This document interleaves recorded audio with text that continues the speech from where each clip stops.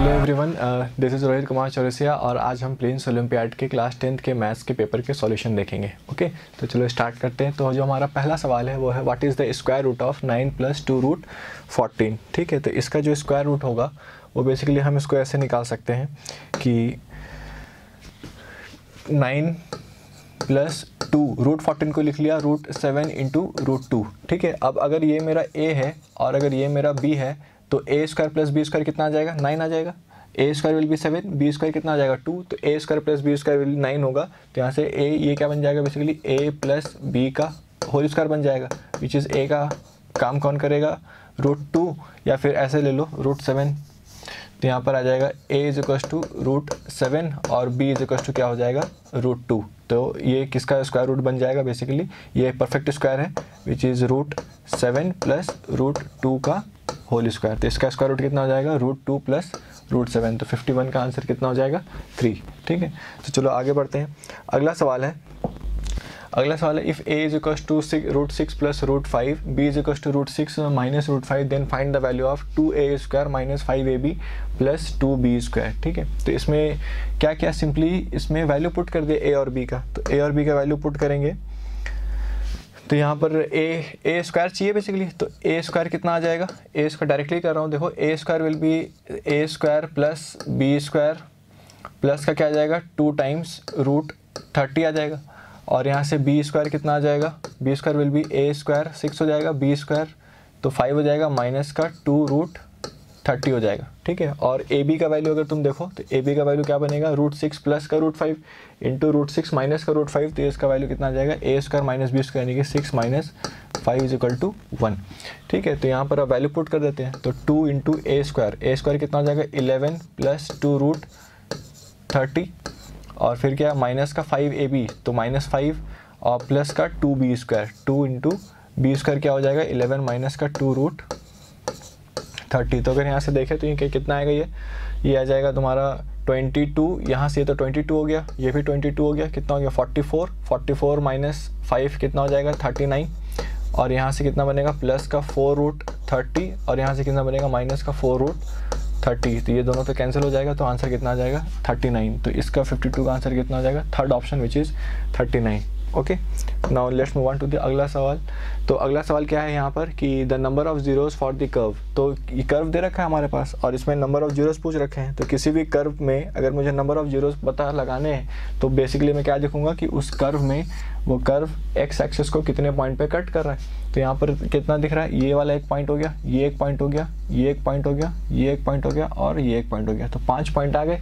X axis पे देखेंगे, Y axis पे नहीं। ठीक है, तो एक्स एक्सिस पे 5 पॉइंट हो गए, तो इसके कितने जीरोस हो जाएंगे? 5। तो option third will be your correct answer. ठीक है, अगला सवाल क्या है? अगला सवाल है यहाँ पर कि if alpha beta gamma are the zeros of x³ - 5x² + 6x - 1 the value of α³ + β³ + γ³, इसका क्या होगा? तो इसका आंसर निकालने के लिए क्या क्या कि अगर अल्फ़ा बीटा गामा इसके रूट्स हैं तो मैं क्या लिख सकता हूँ? अल्फ़ा + बीटा + गामा, जो सम ऑफ द रूट्स आएगा वो क्या आएगा? -b/a, जो कि 5 हो गया। और अगर alpha beta + beta gamma + gamma alpha, ये कितना हो जाएगा? माइनस प्लस यानी कि 6 हो जाएगा c/a। और फिर अल्फ़ा बीटा गामा यानी कि प्रोडक्ट ऑफ रूट, वो कितना हो जाएगा? माइनस का c/a, विच इज़ 1। ठीक है, और उसके बाद क्या पूछा है? α³ + β³ + γ³। तो α³ + β³ + γ³ मैं क्या लिख सकता हूँ? 3 × alpha beta gamma plus of ये क्या हो जाएगा?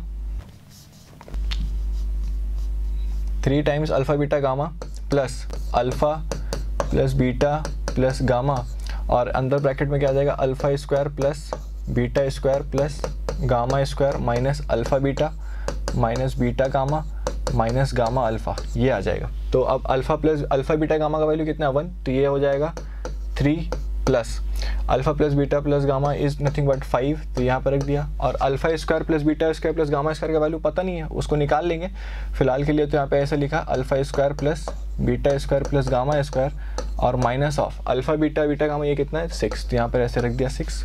ठीक है, तो अब α² + β² + γ² का वैल्यू चाहिए। तो उसके लिए क्या किया? ये जो पहला वाला इक्वेशन है, अच्छा अल्फ़ा + बीटा + गामा, इसको स्क्वायर कर दिया। तो इसको स्क्वायर कर देंगे तो क्या बनेगा? ये बनेगा α² + beta square plus gamma square plus 2 times alpha beta plus beta gamma plus gamma alpha, ठीक है। और ये कितना आ जाएगा, ये आ जाएगा 25, ठीक है।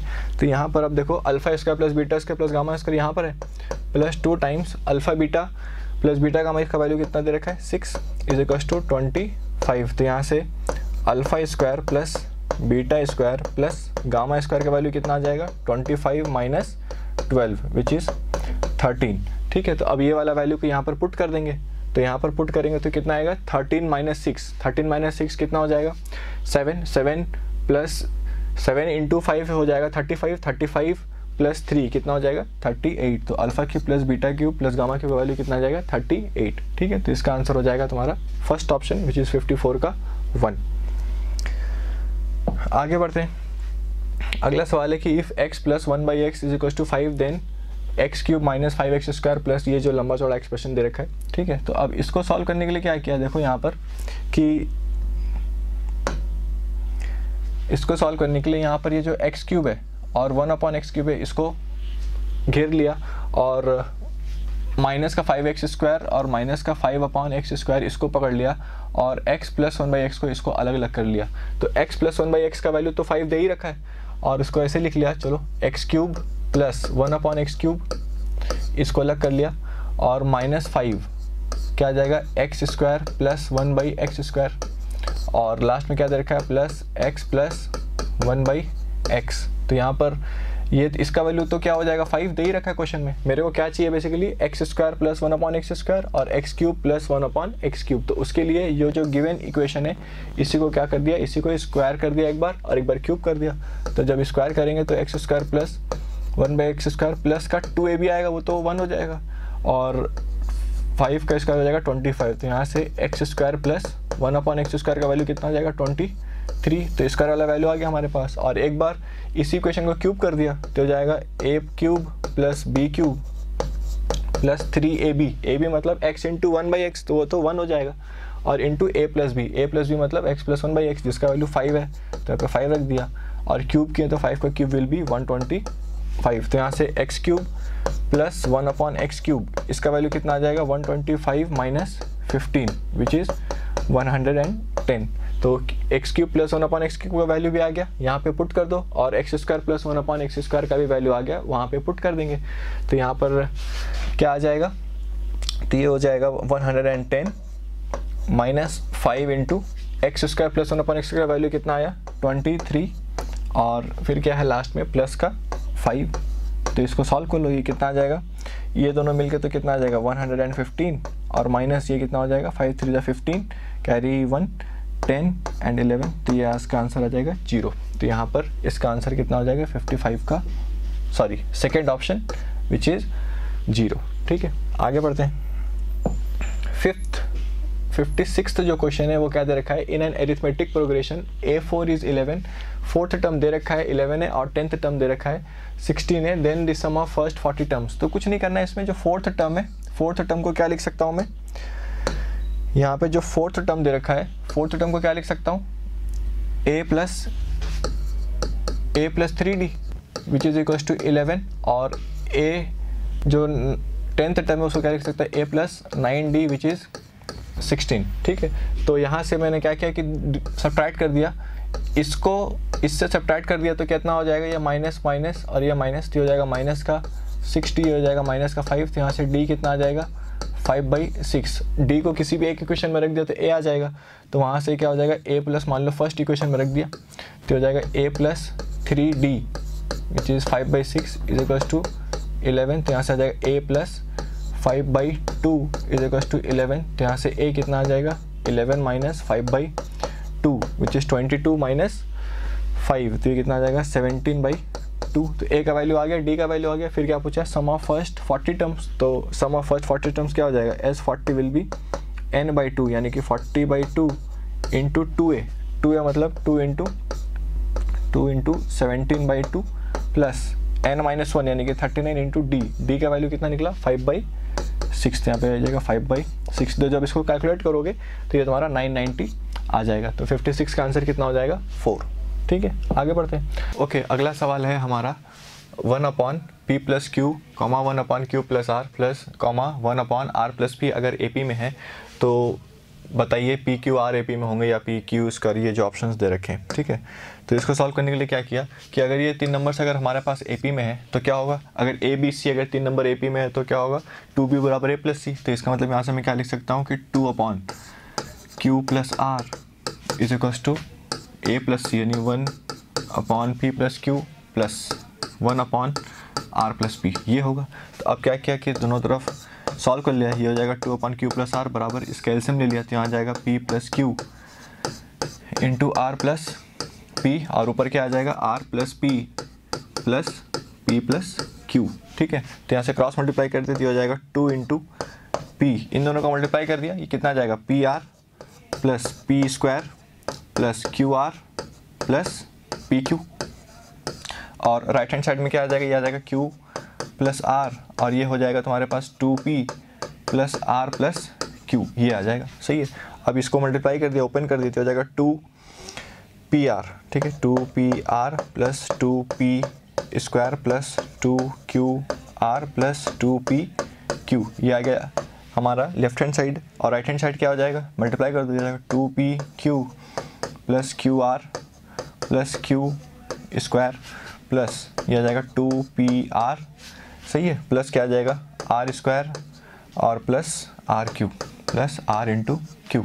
तो अब देख लो यहाँ पे कुछ कट वट रहा है क्या, तो 2pq और 2pq ये कटेगा, काट दिया इसको, और क्या कटेगा यहाँ पे 2qr है, यहाँ पर 2qr है, यहाँ पर है qr और यहाँ से और कहीं है क्या qr, हाँ यहाँ पे है, तो 2qr ये भी कट जाएगा, सही है।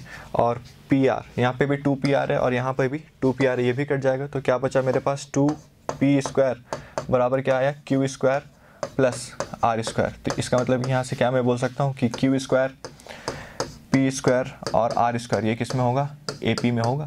इसका मतलब इसका ऑप्शन क्या हो जाएगा q square p square r square r in AP, यानी कि ऑप्शन नंबर 2, ठीक है। तो 57 का ऑप्शन नंबर क्या आ जाएगा 2। आगे बढ़ते हैं, अगला सवाल क्या है कि 58 क्वेश्चन नंबर है कि 1 माइनस 1 अपॉन n प्लस 1, उसके बाद प्लस 1 माइनस ऐसे करके दे रखा है, ये सीरीज़ दे रखी है। तो इसको सॉल्व करने के लिए क्या किया कि ये जो जितने भी टर्म्स, अगर मैं तुमसे पूछूं कितने टर्म्स हैं, तो यहाँ पर देखो पहले टर्म में यहाँ पर 1 आ रहा है, फिर सेकंड टर्म में 2 आ रहा है, ऐसे करते करते लास्ट में क्या आ रहा है n आ रहा है। तो यहाँ पर कितने टर्म्स हो जाएंगे n टर्म्स, और हर ब्रैकेट में 1 1 1 आ रहा है, तो 1 1 1 को जोड़ेंगे तो कितना आएगा n बार, तो n आ जाएगा। और माइनस इस वाले सेकेंड टर्म में डिनोमिनेटर में सबके क्या है n प्लस 1, तो n प्लस 1 उसको कॉमन ले लिया, तो अंदर क्या बच जाएगा 1 प्लस 2 प्लस 3 प्लस ऐसे करते करते अप टिल n तक। तो यहाँ से आ जाएगा n minus 1 upon n plus 1, और ये बेसिकली क्या है पहला n नेचुरल नंबर का सम, जो कि क्या होता है n इंटू n प्लस 1/2, तो हो जाएगा n इंटू n प्लस 1/2। तो यहाँ से n प्लस 1 कट जाएगा, ये आ जाएगा n minus n/2 which is n/2। तो इसका आंसर क्या हो जाएगा ऑप्शन नंबर 2। आगे बढ़ते हैं, अगला सवाल क्या है कि 59 if Sn denote the sum of n terms of N AP, then ये जो एक्सप्रेशन लिख रखा है XS n plus 3 minus 3 times SN plus 2 plus 3 times ये SN प्लस 1 माइनस SN, तो इसको मैंने ऐसे लिख रहा हूँ S, ये क्या लिखा हुआ SN प्लस 3 माइनस, इसको ऐसे ब्रेक कर दिया, इसको लिखा SN plus 2 minus 2 times SN plus 2, और ये जो 3 टाइम्स है इसको भी ब्रेक कर दिया plus 2 times SN plus 1 plus SN plus 1 minus का SN, ऐसे लिखा। तो इन दोनों को मिला के मैं क्या लिख सकता हूँ, this is nothing but TN plus 3। जैसे हमें पता है एक फॉर्मूला कि क्या होता है, वो फॉर्मूला कि अगर SN माइनस SN माइनस 1 होता है वो क्या होता है nth टर्म होता है। तो अगर n में से पहले n टर्म्स से मैंने अगर n माइनस 1 टर्म्स के सम को घटा दिया तो क्या मिलेगा nth टर्म मिल जाएगा। तो इसी प्रकार से यहाँ पर अगर मैंने SN प्लस 3 टर्म्स का सम को जोड़ा और उसमें से n प्लस 2 टर्म्स के सम को घटा दिया तो क्या मिलेगा मुझे TN प्लस 3 मिल जाएगा। सिमिलरली यहाँ पर क्या मिल जाएगा -2 कॉमन लेने के बाद अंदर क्या बनेगा SN plus 2 minus of SN plus 1, तो ये क्या बन जाएगा हमारे पास T ऑफ n प्लस 2, और ये क्या लिखा होगा T ऑफ n प्लस 1। तो यहाँ से मैं क्या लिख सकता हूँ इसको TN प्लस 3 को क्या लिख सकता हूँ, मान लिया जो फर्स्ट टर्म है वो a है और कॉमन डिफरेंस d है, तो हो जाएगा a plus n minus one which is n plus two into D हो जाएगा, माइनस टू टाइम्स ये कितना बन जाएगा a plus n minus one, ये भी n plus one into D बनेगा, और यहाँ पे टी एन प्लस वन क्या हो जाएगा, ये हो जाएगा a plus n minus one which is n plus one minus one which is n, और यहाँ से क्या आ जाएगा d आ जाएगा। तो यहाँ से जब इसको तुम ओपन करोगे तो क्या आ जाएगा, देखो यहाँ से a और ये a 2 है और यहाँ से 2 है, माइनस 2 कैंसिल आउट हो जाएगा। और उसी प्रकार से अगर तुम ये देखोगे इसको d के कोफिशिएंट को कॉमन लोगे और जब इसको सॉल्व करोगे तो आंसर क्या आ जाएगा, 0 आ जाएगा। ठीक है, तो सब कट पिट जाएगा तो आंसर विल बी 0। 59 का आंसर क्या हो जाएगा, 1। ओके, तो चलो आगे बढ़ते हैं अगला सवाल में। अगला सवाल क्या है कि question number 60, if the system of equations kx plus 3y minus ये दे रखा है हैज़ इन्फिनेटली मेनी सॉल्यूशंस। तो अगर इन्फिनेटली मेनी सॉल्यूशंस है तो उसका कंडीशन क्या होता है कि a1 by a2 is equals to b1 by b2 is equals to क्या होना चाहिए, c1 बाई c2। तो यहाँ पर हमारा a1 क्या है, k upon a2 which is 12 is equals to b1 which is 3 upon k, और c1 कितना जाएगा, minus of k minus 3 upon minus का k। तो इन दोनों इक्वेशन से क्या आ जाएगा, k स्क्वायर बराबर 36। तो यहाँ से k कितना आ जाएगा, या तो 6 या फिर माइनस का 6। और यहाँ से इन दोनों इक्वेशन को अगर मैं सॉल्व करूँ तो ये माइनस और ये माइनस तो कट जाएगा, ये k और ये k कट जाएगा, तो ये बचेगा 3 बराबर k माइनस 3। तो यहाँ से k कितना आ रहा है, 6। तो यहाँ से दो वैल्यू आ रहा है, एक तो 6 और दूसरा माइनस 6, और यहाँ से 6 आ रहा है। तो दोनों इक्वेशन को सेटिस्फाई करने के लिए ऐसा कॉमन वैल्यू लेंगे जो पहला इक्वेशन को भी सेटिस्फाई करे और दूसरा इक्वेशन को भी सेटिस्फाई करे। तो इसको यहाँ पे क्या हो जाएगा, ये कौन सा वैल्यू सेटिस्फाई करेगा, k बराबर 6। तो यहाँ पर k का वैल्यू क्या आ जाएगा, 6, यानी कि 60 का क्या हो जाएगा, 1। ठीक है, अगला सवाल question number 61, what type of graph of the equation will be. ये किस टाइप का ग्राफ होगा, तो देख लेते हैं, या फिर सिंपली ऐसे सॉल्व कर लो। दो इक्वेशन दे रखा है, तो दो इक्वेशन कौन कौन सा है, x प्लस वाई बराबर 5 और x माइनस वाई बराबर 1। तो दोनों को ऐड कर दिया तो 2x बराबर कितना आ जाएगा, 6 आ जाएगा। तो x बराबर 3, x बराबर 3 रख दिया तो y कितना आ जाएगा, 2 आ जाएगा। तो एक सॉल्यूशन आ गया, तो यानी कि इंटरसेक्टिंग लाइंस होगा। तो इसका क्या हो गया, 61 का 2। ठीक है, अगला सवाल, a boat takes 7 hours to travel 30 kilometre upstream and 20 kilometre downstream, it takes 5 hours to travel 21 kilometre upstream and to return back, find the speed of the boat in still water. तो मैंने मान लिया कि जो still water में जो speed है वो क्या है, x है। This is the speed of boat, speed of boat in still water. ठीक है, और y को क्या मान लिया कि this is the speed of stream, जो भी स्ट्रीम है। ठीक है, उसका स्पीड ये हो गया। तो क्या बोला है कि 7 घंटा लेता है जब 30 किलोमीटर अप स्ट्रीम का मतलब है अगेंस्ट द रिवर। ठीक है, जिस डायरेक्शन में बोट जा रही है उसके अगेंस्ट क्या है, रिवर की स्ट्रीम है, जो डायरेक्शन ऑफ रिवर है वो। ठीक है, तो अप स्ट्रीम का जो टाइम लगेगा वो कितना लगेगा, डिस्टेंस अपॉन नेट स्पीड कितना हो जाएगा, दोनों अगर अपोजिट डायरेक्शन में है तो नेट स्पीड कम हो जाएगा, तो यानी कि x माइनस वाई आ जाएगा, प्लस और डाउन स्ट्रीम में टाइम कितना लगेगा, 28 डिस्टेंस अपॉन स्पीड इस बार क्या होगा, ऐड हो जाएगा, कम टाइम लगेगा, तो x प्लस वाई, और टोटल टाइम कितना लग रहा है 7। तो ये पहला इक्वेशन हो गया। और दूसरा इक्वेशन क्या बनेगा, it takes 5 hours to travel 21 kilometre upstream and to return back, यानी कि जो डिस्टेंस है वो 21 किलोमीटर ही है। तो डिस्टेंस अपॉन अप स्ट्रीम में तो x माइनस वाई स्पीड होगा, और डाउन स्ट्रीम में जो स्पीड होगा वो x प्लस वाई होगा, और टोटल टाइम कितना है 5। तो ये इक्वेशन नंबर 2 हो गया। इन दोनों इक्वेशन को हम सॉल्व कर सकते हैं, और इन दोनों इक्वेशन को जब सॉल्व करेंगे तो यहाँ से जो x का वैल्यू आएगा, यही पूछा है, speed of the boat in still water, तो यहाँ से x का वैल्यू कितना आ जाएगा, 10। ठीक है, तो इसका आंसर कितना हो जाएगा, 10। ओके, आगे बढ़ते हैं। अगला जो सवाल है वो क्या बोल रहा है कि 2 की power x is equals to 4 की power y is equals to 8 की पावर z अगर ये दे रखा है, and 1/2x plus 1/4y plus 1/6z अगर 24/7 है, तो find the value of z। तो इसमें क्या करेंगे कि 2 की power x is equals to 2 की पावर 4 की पावर y को क्या लिख सकते हैं, 2 की पावर 2y, और यहाँ पर 8 को क्या लिख सकते हैं, 2 की पावर 3। तो ये पावर की पावर मल्टीप्लाई हो जाएगी।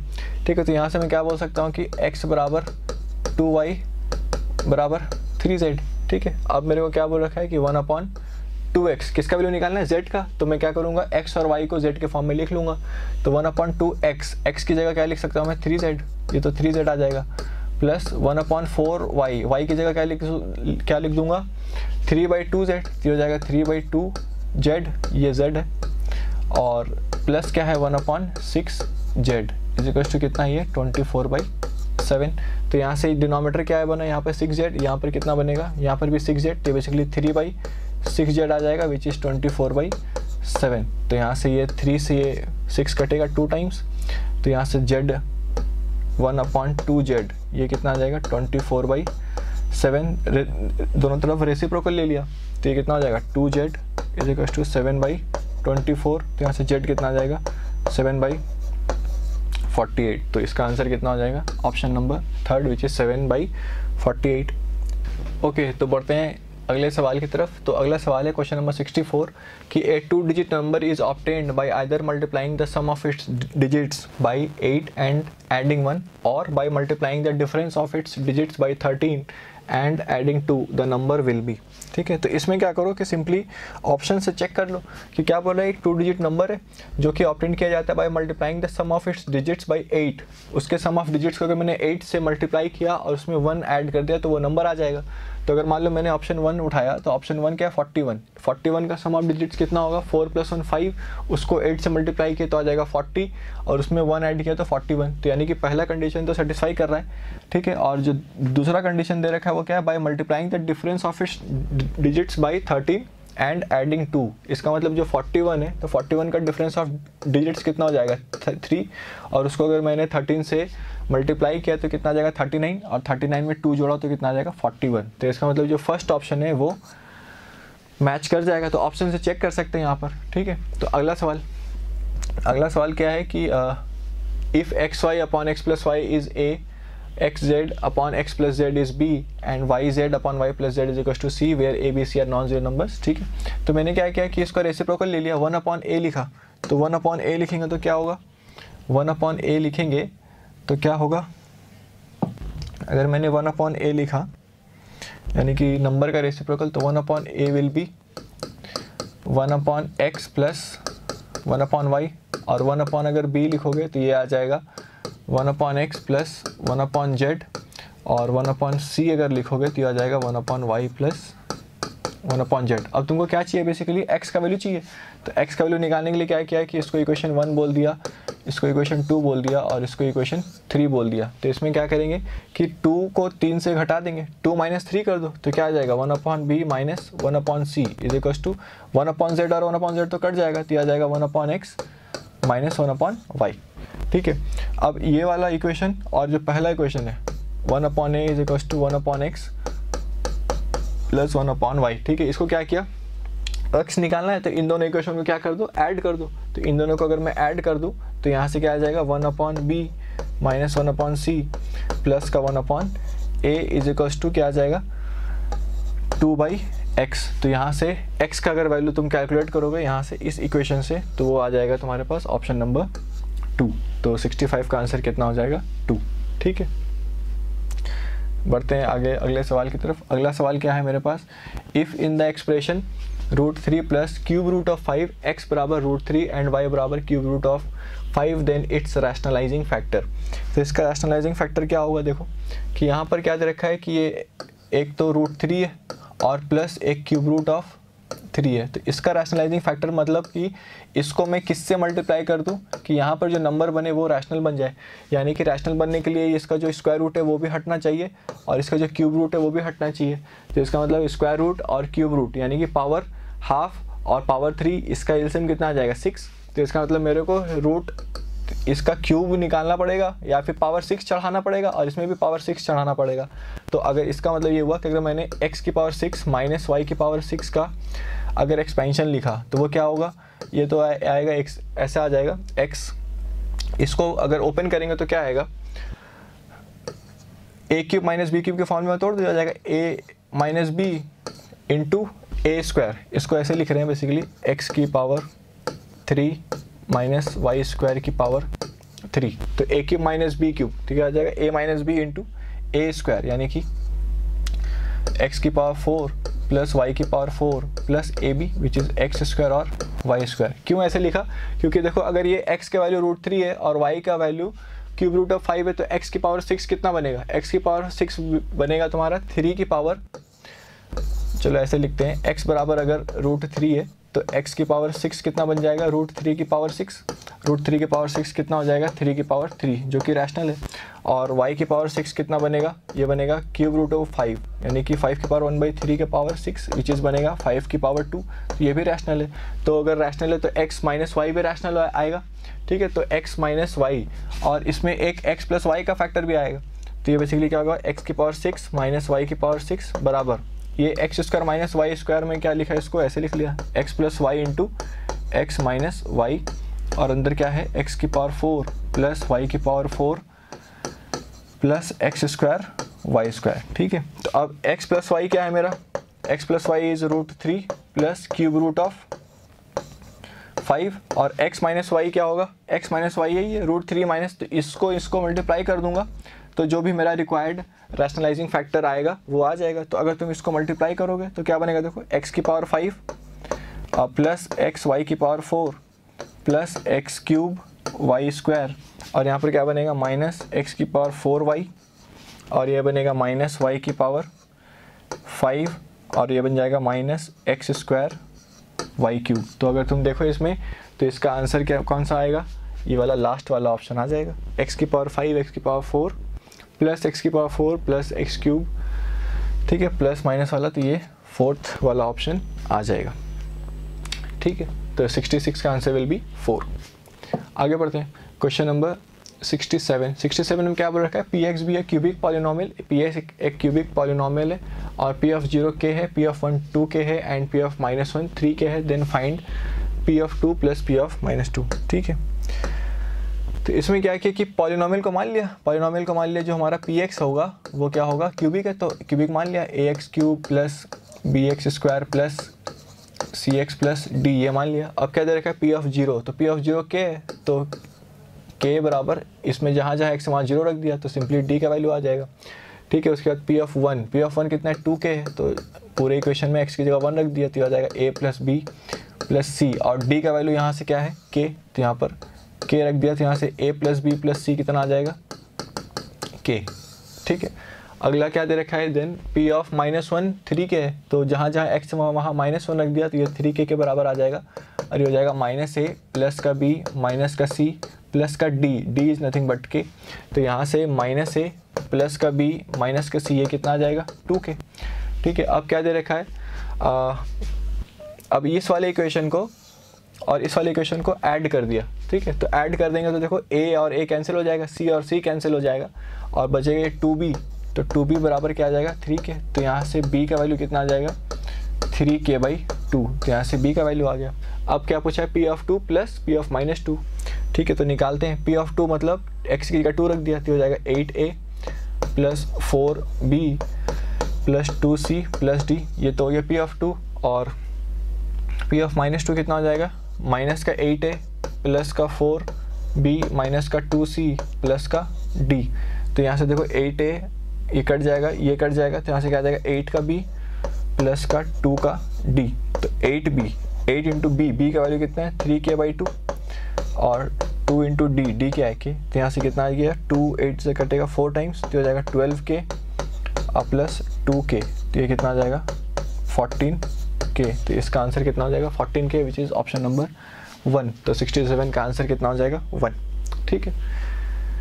ओके, तो आगे बढ़ते हैं। अगला सवाल है 68, if lambda be the roots ratio of the roots of the quadratic equation this then the least value of m for which lambda. तो लैम्डा क्या है? रेशियो ऑफ द रूट्स है, तो मैंने मान लिया कि इसका जो रूट्स है वो अल्फ़ा बीटा है, तो यानी कि alpha upon beta plus beta upon alpha, ये क्या दे रखा है? 1, ठीक है। तो इसको मैं अगर मैं एलसीएम लूँ तो ऊपर आ जाएगा अल्फ़ा प्लस बीटा का whole square minus 2 alpha beta, और नीचे क्या आ जाएगा? अल्फ़ा बीटा बराबर 1, तो ये हो जाएगा अल्फ़ा प्लस बीटा का स्क्वायर बराबर 3 अल्फ़ा बीटा, ठीक है। अब अल्फ़ा प्लस बीटा क्या होगा? -b/a, तो यहाँ पर -b कितना हो जाएगा? Minus of m into m-4 upon 3m square, ये हो जाएगा माइनस बी बाई ए, इसका स्क्वायर इज इक्वल टू 3।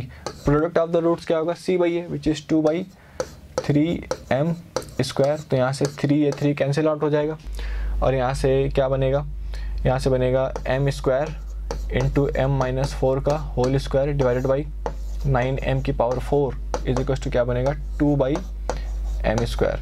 तो यहाँ से m स्क्वायर से यहाँ पर ये पावर कटेगा 2 आ जाएगा और यहाँ से एक m और ये वाला m कटेगा।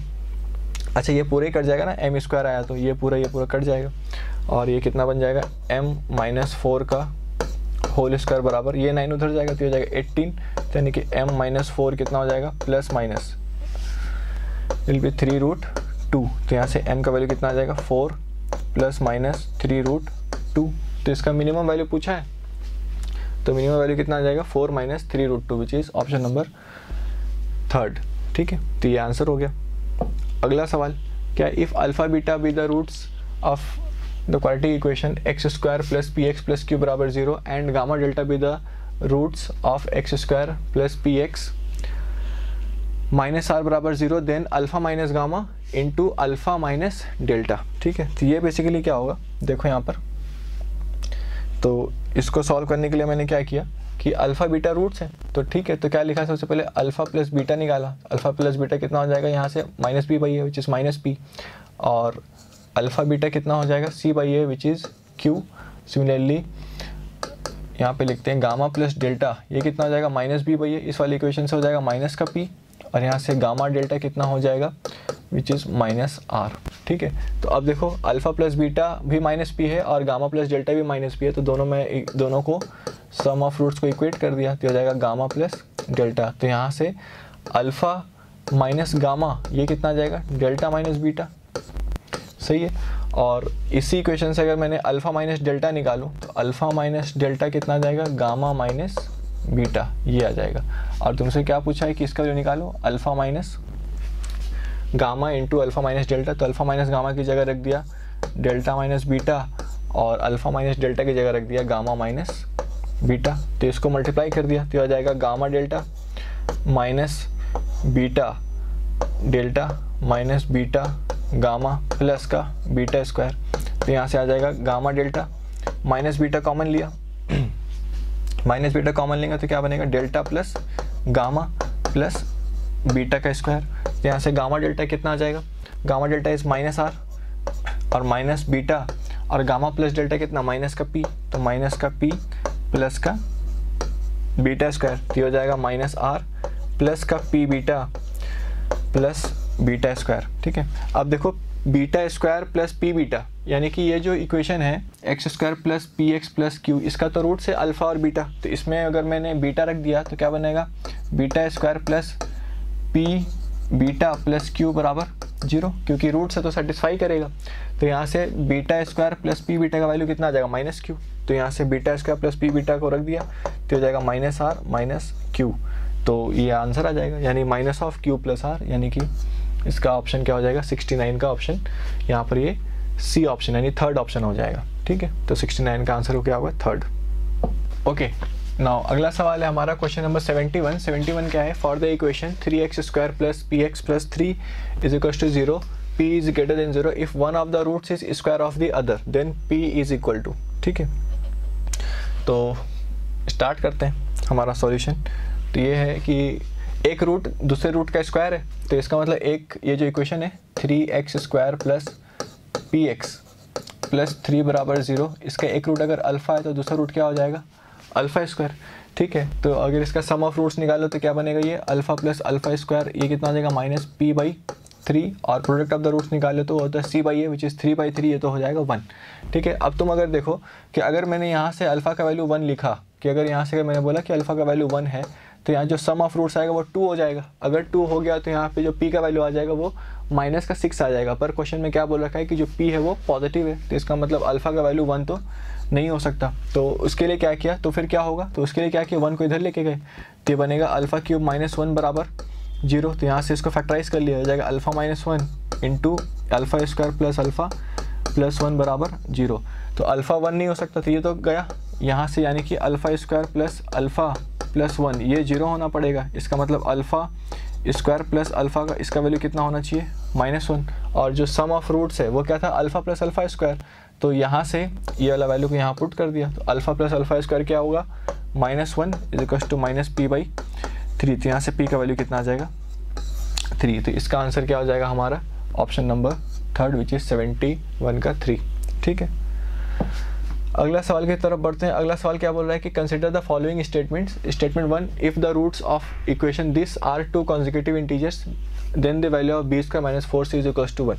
ठीक है, अगर इसका कॉन्जिक्यूटिव इंटीजर्स हैं रूट्स, तो डिफरेंस ऑफ रूट्स क्या हो जाएगा, 1। और डिफरेंस ऑफ रूट्स हमें पता है कि उसका फॉर्मूला होता है √d/a। अगर डिफरेंस ऑफ रूट्स अगर 1 है तो यानी कि डिफरेंस ऑफ रूट्स होता है √d/a, तो ये क्या होना चाहिए, 1।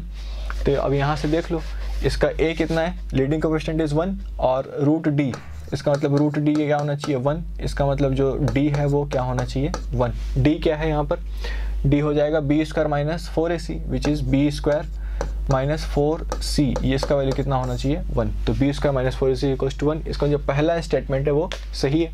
अगला स्टेटमेंट क्या है, if alpha beta are the roots of x² - x + 3 = 0 then find the value of alpha की पावर 4 प्लस बीटा की पावर 4।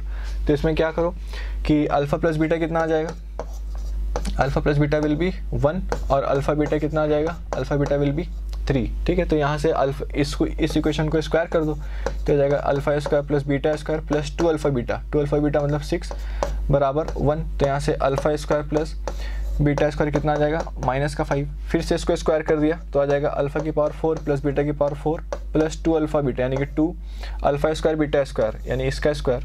तो 2 टाइम्स 9 बराबर ये कितना आ जाएगा, 25। तो यहाँ से अल्फ़ा की पावर 4 प्लस बीटा की पावर 4 ये कितना आ जाएगा, 25 - 18। तो ये कितना हो जाएगा, 7। ठीक है, तो यहाँ से अल्फ़ा की पावर 4 प्लस बीटा का पावर 4 कितना है, 7 है। तो यही बोल रहा है कि इज इक्वल टू 7। तो ये भी सही है। स्टेटमेंट 1 और स्टेटमेंट 2 क्या है, सही है। तो यहाँ से ऑप्शन में से देख लो कि सिर्फ एक ही ऑप्शन है जिसमें पहला और दूसरा ही सही दे रखा है, विच इज ऑप्शन फर्स्ट। ठीक है, और अगर तुम निकालना चाहो तो स्टेटमेंट 3 भी देखेंगे तो वो सही आएगा। जैसे अल्फ़ा बीटा गामा क्या दे रखा है, रूट से इसके, और तो देन क्या पूछा है, value of अल्फ़ा² plus beta plus गामा² का वैल्यू पूछ रखा है।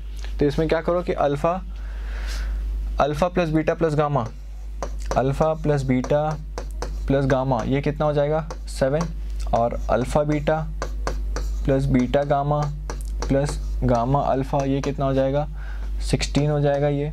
और alpha beta gamma product of the roots ये को माइनस प्लस माइनस, तो ये भी कितना हो जाएगा, 12। अब मेरे को क्या चाहिए, अल्फ़ा² बीटा² गामा²। तो ये वाला जो पहला इक्वेशन है उसको स्क्वायर कर दिया, तो इसको स्क्वायर कर देंगे तो आ जाएगा alpha plus beta plus gamma plus 2 times alpha beta plus beta gamma plus gamma alpha, उसका वैल्यू कितना है, 16। तो यहाँ पर रख देंगे 16, और राइट हैंड साइड में क्या आ जाएगा, स्क्वायर किया है तो 7 का स्क्वायर विल बी 49। तो यहाँ से कितना आ जाएगा वैल्यू, इसका वैल्यू कितना आ जाएगा, ये कितना हो गया 32 उधर जाएगा, यानी कि 49 माइनस 32 ये कितना हो जाएगा 17। तो ये थर्ड स्टेटमेंट भी सही है। तो हमारा पहला भी सही है, दूसरा भी सही है और तीसरा भी सही है। तो इसका आंसर कितना हो जाएगा 72 का फर्स्ट। आगे बढ़ते हैं। अगला सवाल क्या है कि if alpha beta gamma are the roots of the equation x³ - x - 1 = 0 then इसका वैल्यू फाइंड आउट करना है। ये जो एक्सप्रेशन दे रखा है तो इसका एक्सप्रेशन क्या है, सबसे पहले तो अल्फ़ा बीटा गामा का रूट्स है तो alpha plus beta plus gamma ये कितना हो जाएगा 0, क्योंकि 2 डिग्री वाला टर्म है ही नहीं इसमें, 3 डिग्री के बाद सीधा 1 डिग्री है तो b तो 0 है। और alpha beta plus beta gamma plus gamma alpha वो कितना होगा प्लस का c/a यानी कि माइनस का 1, और alpha beta gamma will be minus plus minus which is 1। ठीक है, तो अब पूछ लेते हैं, क्या देख लेते हैं कि किसका वैल्यू निकालना है। ये इसका वैल्यू निकालना है 1 प्लस अल्फ़ा अपॉन 1। तो मैंने क्या किया कि ये तीनों टर्म्स हैं ये तीनों क्या एसिमेट्रिक है, तो पहले मैंने फर्स्ट टर्म को सॉल्व किया 1 plus alpha upon 1 minus alpha को, कि ये मैं इसको क्या लिख सकता हूँ। ठीक है, तो अब देखो 1 plus alpha upon 1 minus alpha, अगर अल्फ़ा बीटा गामा इस इक्वेशन का रूट्स है तो इसमें अगर मैंने अल्फ़ा रख दिया तो सेटिस्फाई करेगा। इसका मतलब यहाँ से अल्फ़ा³ माइनस अल्फ़ा माइनस 1 ये क्या होना चाहिए 0। तो यहाँ से अगर मैंने 1 को उधर ले जाऊँ और अल्फ़ा कॉमन ले लूँ तो आ जाएगा अल्फ़ा² - 1 इज इक्वल टू 1। तो यहाँ से अल्फ़ा इंटू अल्फ़ा प्लस 1 ये फैक्टराइज हो जाएगा, अल्फ़ा माइनस 1 बराबर 1। तो यहाँ से जो अल्फ़ा माइनस 1 का वैल्यू आएगा वो कितना आ जाएगा, सॉरी इस अल्फ़ा माइनस 1 को नीचे लेकर चले जाओ, तो यहाँ से अल्फ़ा इंटू अल्फ़ा प्लस 1 ये कितना आ जाएगा 1 अपॉन अल्फ़ा माइनस 1। और मेरे को यहाँ पर डिनोमिनेटर में क्या चाहिए 1 माइनस अल्फ़ा, और यहाँ पर क्या है अल्फ़ा माइनस 1, तो इसका 1 अपॉन 1 माइनस अल्फ़ा का वैल्यू क्या आएगा, एक माइनस आ जाएगा बाहर। तो ये बेसिकली हो जाएगा 1 प्लस अल्फ़ा, और 1 अपॉन 1 माइनस अल्फ़ा का value will be minus of alpha into alpha plus 1। तो इस अल्फ़ा प्लस 1 और इस अल्फ़ा प्लस 1 को मल्टीप्लाई कर दिया, अब माइनस अल्फ़ा बाहर, तो हो जाएगा alpha square plus 2 alpha plus 1। तो ये कितना आ जाएगा, अल्फ़ा को अंदर मल्टीप्लाई कर दो तो हो जाएगा minus of alpha cube plus 2 alpha square plus alpha. सही है, मल्टीप्लाई कर दिया।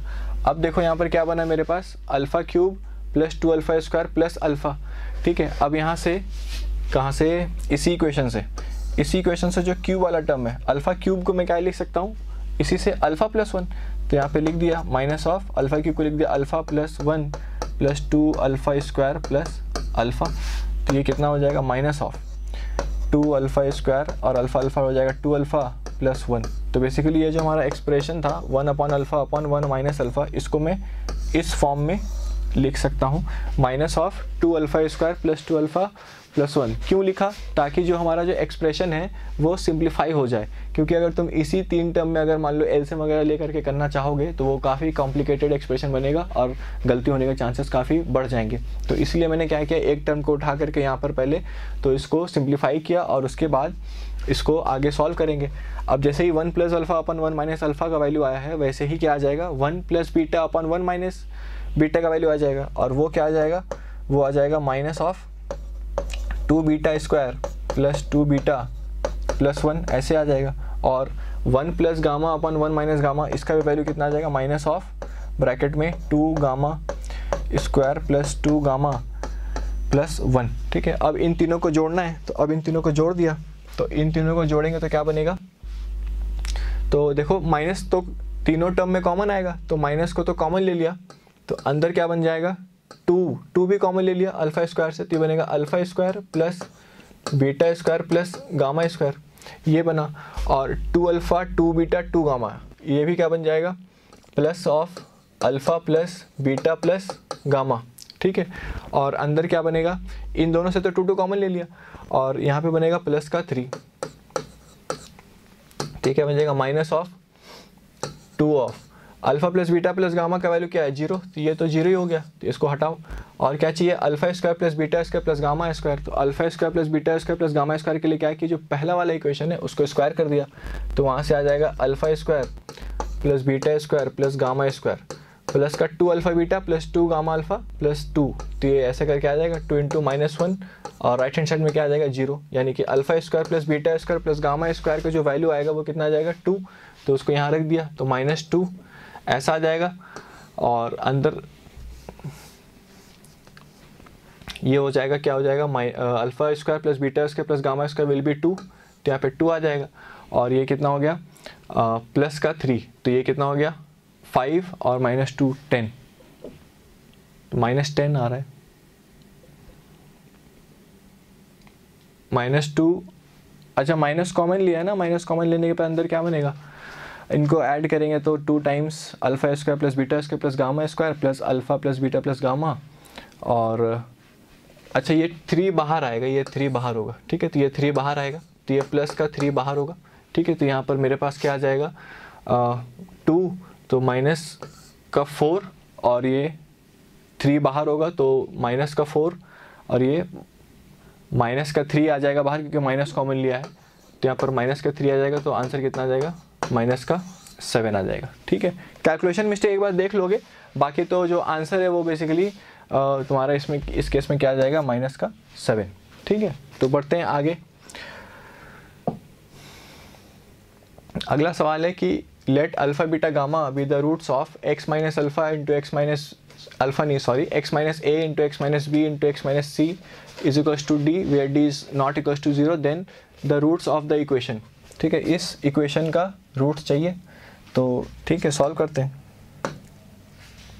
तो इसके लिए क्या किया, पहले इस इक्वेशन को तो ओपन कर दिया, इस इक्वेशन को ओपन करके लिखेंगे तो ये बनेगा, ऐसा बन जाएगा मेरे पास एक्स क्यूब माइनस, ओपन कर दिया तो ये बनेगा A plus B plus C into x square plus A B plus B C plus C A into x minus of A B C, और डी को भी इस तरफ लेके आएंगे तो माइनस डी होगा, उस माइनस को कॉमन ले लिया तो हो जाएगा प्लस का डी इज इक्वल टू 0। ठीक है, अब इस इक्वेशन के जो रूट्स है वो क्या दे रखे हैं, अल्फ़ा बीटा गामा, तो इसी से मैं क्या लिख सकता हूँ, alpha plus beta plus gamma क्या हो जाएगा, यहाँ से alpha plus beta plus gamma value minus C by A, sorry minus B by A, तो हो जाएगा A plus B plus C, और alpha beta plus beta gamma plus gamma alpha ये क्या हो जाएगा, सी बाई ए, तो ये हो जाएगा basically a B plus B C plus का सी ए। ठीक है, और प्रोडक्ट ऑफ द रूट्स यानी कि अल्फ़ा बीटा गामा ये क्या हो जाएगा, माइनस प्लस माइनस यानी माइनस ऑफ यानी कि a B C plus D, ये आ गया। अब तुमसे क्या पूछा है, then the roots of the equation, तो जो रूट्स पूछे हैं जिस इक्वेशन के वो ये रहा, इसको भी ओपन कर दिया, तो जब इसको ओपन करेंगे तो क्या बनेगा, ये बनेगा x cube minus alpha plus beta plus gamma into x square plus alpha beta plus beta gamma plus gamma alpha into x minus of, बनेगा alpha beta gamma plus D is equal to 0, ये बनेगा। अब जो value है alpha beta gamma की जो value वो यहाँ पर सब्स्टिट्यूट कर दिया, ये वाली जो वैल्यूज़ है उसको यहाँ पे उठा के पटक दिया, तो ये कितना आ जाएगा, x squared x cube minus alpha plus beta is a plus B plus C into x square plus alpha beta plus beta gamma plus gamma alpha क्या है, a B plus B C plus C A into x minus of alpha beta gamma क्या है, a B c minus का d आएगा और ये plus का D is equal to 0, तो ये डी और ये डी कट जाएगा, तो बेसिकली जो इक्वेशन बनेगा वो क्या बनेगा, x cube minus a plus B plus C into x square plus A B plus B C plus C A into x minus of A B c बराबर 0। तो अब इस इक्वेशन को तुम देखो, ठीक है, और जो स्टार्टिंग में ये वाला इक्वेशन दे रखा था हमें X minus A into x minus B into x minus C, उसको अगर मैंने ओपन किया तो वो भी कुछ इसी प्रकार से आएगा। तो यहाँ पर इसको अगर मैंने फैक्टराइज करूँ तो ये हो जाएगा X minus A X minus B into x minus C बराबर 0। तो इस इक्वेशन के कौन कौन से रूट हो गए, एक तो ए और एक बी और एक सी, तो सिंपली इसमें आंसर क्या हो जाएगा, सेकेंड पार्ट। ठीक है, यानी 74 का option 2 which is a B c. Okay, now let's move on to the next question. अगला सवाल है, let a B c be real number such that 4a plus 2b plus c is equal to 0, और क्या दे रखा है, a B positive दे रखा है। ठीक है, देन द इक्वेशन दिस, तो जो इक्वेशन है हमारे पास वो क्या है, A X square plus B X plus C बराबर 0। अब ये वाला जो दे रखा है condition 4a plus 2b plus सी, ये बेसिकली x की जगह 2 रखने पर आ जाएगा। तो x की जगह 2 रख दिया, यानी कि x की जगह मैंने 2 रखूँ तो यहाँ पर क्या बनेगा, 4a plus 2b plus C बराबर 0। इसका मतलब x अगर 2 रखने पे ये 0 हो रहा है, इसका मतलब x बराबर 2 इसका एक रूट होगा। अच्छा, अब x रूट है, अब फिर क्या बोल रहा है कि ए बी पॉजिटिव है, ए बी पॉजिटिव है तो जो सम ऑफ रूट होगा वो क्या होगा, sum of root will be minus का b बाई ए। तो अगर a और b दोनों ही पॉजिटिव, ए बी पॉजिटिव है, इसका मतलब a और b का सेम साइन है, a और b का सेम साइन है, इसका मतलब है कि ये वाला वैल्यू क्या होगा, नेगेटिव होगा। सम ऑफ द रूट्स क्या आ जाएगा, नेगेटिव, और एक रूट तो मेरे पास दिख ही रहा है 2 है, तो मतलब एक रूट नेगेटिव है, एक रूट 2 है, इसका मतलब 2 अलग अलग रूट आ गए, तो यानी कि रियल रूट्स होंगे। तो यहाँ पर आंसर क्या होगा, हो जाएगा रियल रूट्स, तो 75 का ए ऑप्शन हो जाएगा। ठीक है, आगे बढ़ते हैं। अगला सवाल क्या है कि which of the following graph represents the expression this when A is positive. अगर ए पॉजिटिव है, लीडिंग कोफिशिएंट अगर पॉजिटिव है तो ग्राफ कैसा बनेगा, पैराबोला फेसिंग अपवर्ड। तो इसका मतलब ये वाला ग्राफ तो हो ही नहीं सकता। ठीक है, और क्या दे रखा है, बी नेगेटिव है, सी नेगेटिव है, तो इसके जो रूट्स हो जाएंगे, रूट्स क्या होगा, minus B by a, sum of the roots. ठीक है, तो सम ऑफ द रूट्स क्या हो जाएगा, सम माइनस बी बाई ए, और जो प्रोडक्ट होगा वो हो जाएगा सी बाई ए। तो जो सम ऑफ द रूट्स है वो माइनस बी बाई ए है, और ए क्या है, ए पॉजिटिव है और बी नेगेटिव है, इसका मतलब ये जो है बी बाई ए ये क्या होगा, नेगेटिव, यानी कि सम पॉजिटिव आएगा, तो ये सम पॉजिटिव होगा। ठीक है, सम पॉजिटिव होगा तो इसका मतलब या तो दोनों रूट पॉजिटिव हो जाएं, सम पॉजिटिव है इसका मतलब कि ये तो हो ही नहीं सकता क्योंकि ग्राफ ऊपर, इसमें तो कोई रूट ही नहीं आ रहा। ठीक है, सम पॉजिटिव है और प्रोडक्ट क्या है C/A, तो C नेगेटिव है और A पॉजिटिव है तो ये नेगेटिव होना चाहिए। इसका मतलब सम पॉजिटिव है और प्रोडक्ट नेगेटिव है, इसका मतलब एक रूट पॉजिटिव होगा एक रूट नेगेटिव होगा, यानी कि एक रूट पॉजिटिव ये वाला, एक रूट नेगेटिव ये वाला, तो ऑप्शन बी आ जाएगा इसका आंसर। ठीक है, तो 76 का ऑप्शन नंबर 2। आगे बढ़ते हैं। अगला सवाल क्या दे रखा है कि the expression y is equals to ax squared plus bx plus c has always the same sign as of a। मतलब अगर a पॉजिटिव है तो ये जो पूरा एक्सप्रेशन है उसका वैल्यू क्या होगा, उसका साइन क्या होगा, ये भी पॉजिटिव होगा। और अगर a नेगेटिव है तो इस पूरे एक्सप्रेशन का वैल्यू भी क्या होगा, नेगेटिव। तो अगर a पॉजिटिव है तो पूरा एक्सप्रेशन पॉजिटिव है, इसका मतलब जो ग्राफ होगा वो x एक्सिस के ऊपर होगा, मतलब कुछ ऐसा बनेगा अगर a पॉजिटिव है तो। ठीक है, और अगर a नेगेटिव है तो ग्राफ का वैल्यू भी नेगेटिव आएगा, यानी कि ग्राफ कुछ ऐसा बनेगा। तो इसका मतलब है कि जो इन दोनों ही केस में जो डिस्क्रिमिनेंट है वो क्या होना चाहिए, नेगेटिव होना चाहिए। तो डिस्क्रिमिनेंट नेगेटिव कर दो। डिस्क्रिमिनेंट कितना होता है, b² minus 4ac, b² minus 4ac ये नेगेटिव होना चाहिए, यानी कि 4ac को वहाँ ले जाओ तो 4ac क्या हो जाएगा, b² से बड़ा आ जाएगा। इसका मतलब ये ऑप्शन बी आंसर आ जाएगा इसका। ठीक है, आगे बढ़ते हैं। अगला सवाल क्या हो जाएगा, the entire graph of the expression this is strictly above the x-axis if and only if। तो इसका जो ग्राफ है ये क्या बोल रहा है कि हमेशा x-axis से ऊपर है। तो अगर x-axis से ग्राफ हमेशा ऊपर है और इसका जो लीडिंग कोफिशिएंट है वो 1 है, तो इसका मतलब ग्राफ का डिस्क्रिमिनेंट क्या होना चाहिए, नेगेटिव। तो उसके लिए क्या किया, इसको पहले ऐसे लिखा x² plus k minus 1 into x plus 9, इसका डिस्क्रिमिनेंट नेगेटिव होना चाहिए। तो इसका डिस्क्रिमिनेंट नेगेटिव कर दो, यानी कि डिस्क्रिमिनेंट होता है b² माइनस 4ac, ये नेगेटिव होना चाहिए। इसका मतलब k माइनस 1 का स्क्वायर माइनस ये कितना हो जाएगा 36 विच इज 6 का स्क्वायर, ये नेगेटिव होना चाहिए। तो इसको फैक्टराइज कर लिया, a plus b into a minus b, ये नेगेटिव होना चाहिए। तो यहाँ से आ जाएगा k प्लस 5 और ये हो जाएगा k माइनस 7, तो ये नेगेटिव कर दिया। अगर k प्लस 5 और k माइनस 7 जीरो है तो यहाँ से k का कितना वैल्यू आ जाएगा, ये हो जाएगा माइनस का 5, ये हो जाएगा 7, तो ये पॉजिटिव, ये नेगेटिव, ये पॉजिटिव, नेगेटिव चाहिए तो यानी कि इन दोनों के बीच में, यानी कि -5 से 7 के बीच में, यानी कि इसका ऑप्शन क्या हो जाएगा 78 का सेकेंड ऑप्शन बॉम्बे। ठीक है, आगे बढ़ते हैं। अगला सवाल क्या दे रखा है कि if a and b are the non-zero distinct roots of x² plus ax plus b is equals to 0, then the least value of x² plus ax plus b। ठीक है, तो इसका लीस्ट वैल्यू निकालना है। तो इसका लीस्ट वैल्यू के लिए क्या किया, देखो पहले सबसे पहले तो a b इसके रूट्स हैं तो सेटिस्फाई करा दिया, तो a² x की जगह a रख दिया, तो हो जाएगा a² plus b is equals to 0। तो यहाँ से आ जाएगा 2a² is equal to minus का b, ये एक इक्वेशन आ गया। और b भी इसका रूट है तो हो जाएगा b² plus ab plus b बराबर 0। यहाँ से b कॉमन ले लिया तो आ जाएगा b plus a plus 1 is equal to 0।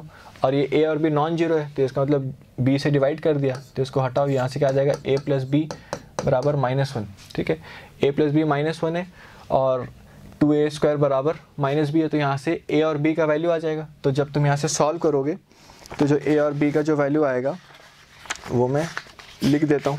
तो a और b का वैल्यू जो होगा, अच्छा चलो सॉल्व ही कर देते हैं। तो a प्लस b -1 है तो यहाँ से क्या किया कि b का वैल्यू -2a² रख दिया यहाँ पर, तो हो जाएगा a और b का वैल्यू क्या -2a² और +1 बराबर 0। तो यहाँ से आ जाएगा 2a² माइनस a -1 बराबर 0।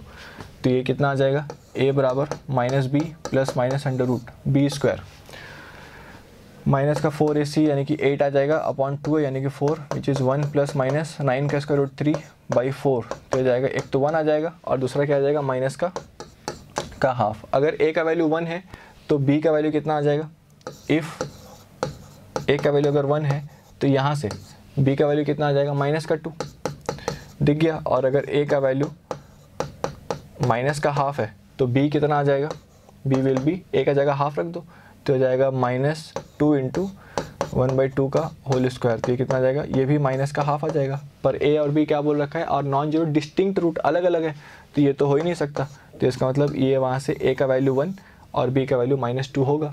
तो यानी a का वैल्यू 1 रख दो यहाँ पे तो हो जाएगा x² प्लस a का वैल्यू क्या है 1 तो हो जाएगा x और b का वैल्यू कितना है -2 तो -2 इसका क्या चाहिए, मिनिमम वैल्यू चाहिए। तो मिनिमम वैल्यू क्या होगा, इसका जो ग्राफ बनेगा ये पैराबोला फेसिंग अपवर्ड बनेगा, और इसका जो मिनिमम वैल्यू होता है वो कहाँ पे आता है, -d/4a पे। तो यहाँ पे इसका क्या हो जाएगा, -d क्या हो जाएगा, discriminant which is b² -4ac, तो हो जाएगा 8/4a, 4a मतलब 4, तो हो जाएगा माइनस का 9/4, तो माइनस का 9/4 आ जाएगा। तो इसका ऑप्शन क्या हो जाएगा, ऑप्शन नंबर सी। तो 79 का ऑप्शन क्या हो जाएगा, सी। ठीक है, आगे बढ़ते हैं क्वेश्चन नंबर 80। क्वेश्चन नंबर 80 में क्या बोल रखा है कि if y is equals to -2x² -6x + 9 then maximum value of. तो ये जो ग्राफ होगा इसका, ये भी एक पैराबोला को रिप्रेजेंट करेगा, और इसका जो a है वो नेगेटिव है, तो इसका जो मैक्सिमम वैल्यू आएगा वो -d/4a पे आएगा, और -d/4 होगा, और इसका कहाँ पे आएगा, इसके वर्टेक्स पे विच इज़ -b/2a। ये होते हैं वर्टेक्स के कोऑर्डिनेट्स, तो निकाल लिया। तो -b/2a कितना हो जाएगा, -b का वैल्यू कितना है, -6/2a, 2a मतलब 2 × -2, तो ये माइनस माइनस प्लस हो जाएगा, ये 3 हो जाएगा, तो आ जाएगा -3/2 पे तो आएगा इसका मैक्सिमम वैल्यू, और मैक्सिमम वैल्यू होगा क्या, वो हो जाएगा -d/4a। तो -d मतलब b² मतलब 36, तो ये हो जाएगा -b² विच इज़ 36 माइनस का 4ac, यानी कि 4 × -2 × 9, ये तो हो गया d, और अपॉन 4a यानी कि 4 × -2, तो ये कितना हो जाएगा, माइनस ऑफ, ये हो जाएगा प्लस 8 9 या 72, तो 36 + 72 कितना हो जाएगा, 108, तो हो गया माइनस का 108 अपॉन माइनस का 8, तो ये और ये कट जाएगा, तो ये कितना आ जाएगा 54/4, और ये एक बार और जाएगा 2 से, तो 27/2। ठीक है, इसका मतलब जो इसका मैक्सिमम वैल्यू होगा वो होगा 27/2 विच इज़ 13.5, और ये कहाँ पे आएगा, -3/2, यानी कि जो option c will be our correct answer. ठीक है, आगे बढ़ते हैं। अगला सवाल क्या बोल रखा है, if the equations k × 6x² + 3 + rx + ये सब के हैव बोथ रूट्स कॉमन। तो अगर बोथ रूट्स कॉमन है तो कंडीशन सिंपल होता है क्या, कि a1/a2 = b1/b2 = क्या होना चाहिए, c1/c2। तो वही इक्वेशन में पुट कर दिया, और यहाँ से वैल्यू निकल जाएगा। तो सबसे पहले तो स्टैंडर्ड फॉर्म में लिखो, तो x² के साथ क्या आएगा, x² के साथ यहाँ से क्या बनेगा, ये बनेगा 6k, और क्या बनेगा +2, और प्लस x के साथ क्या बनेगा, x के साथ क्या आएगा, यहाँ पर x के साथ तो सिंपली r आएगा, और जो कांस्टेंट टर्म बनेगा वो क्या बनेगा, प्लस का, यहाँ से बनेगा 3k, और यहाँ पर क्या बनेगा, माइनस का 1। सही है, बराबर 0। ये तो पहला हो गया। दूसरा इक्वेशन जो होगा उसमें x² का कोफिशिएंट क्या आएगा, स्टैंडर्ड फॉर्म में लिख रहे हैं ax² + bx + c के फॉर्म में।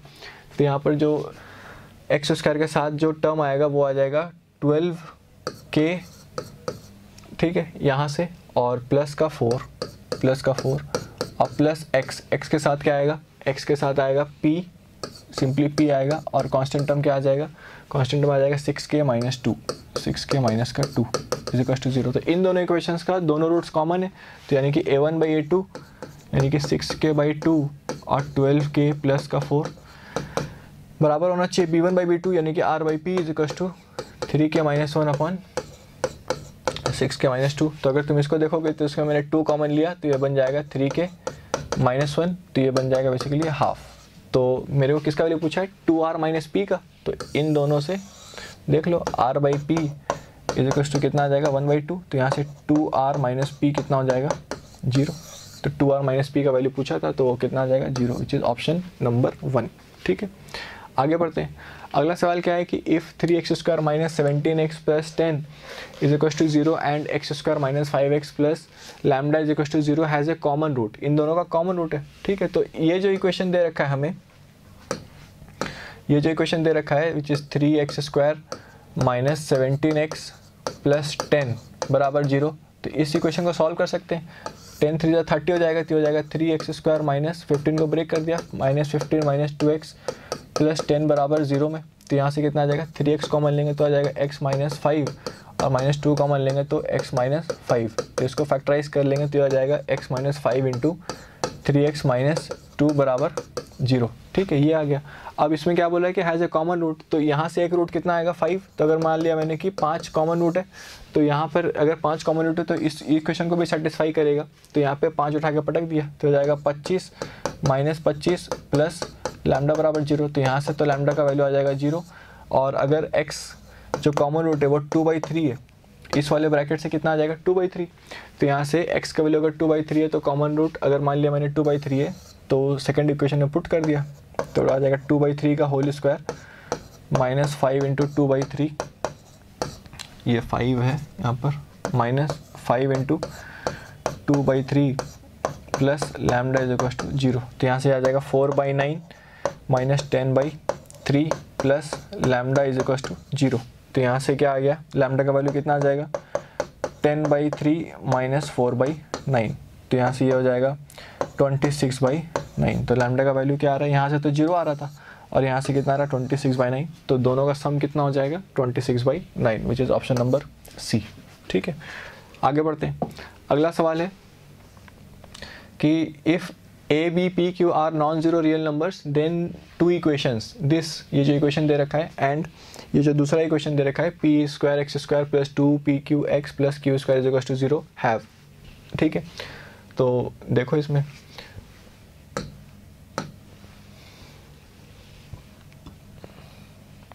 ये जो इक्वेशन दे रखा है p squared x square plus 2pqx plus q square बराबर 0, अगर तुम इसको ध्यान से देखोगे तो ये basically P x plus Q का परफेक्ट स्क्वायर है, होल स्क्वायर लिखा हुआ है, तो यहाँ से x का वैल्यू कितना आ जाएगा माइनस क्यू बाई पी और माइनस का क्यू बाई पी, और पी क्यू सब नॉन जीरो रियल नंबर है, तो ये भी जो दोनों रूट्स हैं वो कैसे होंगे रियल होंगे।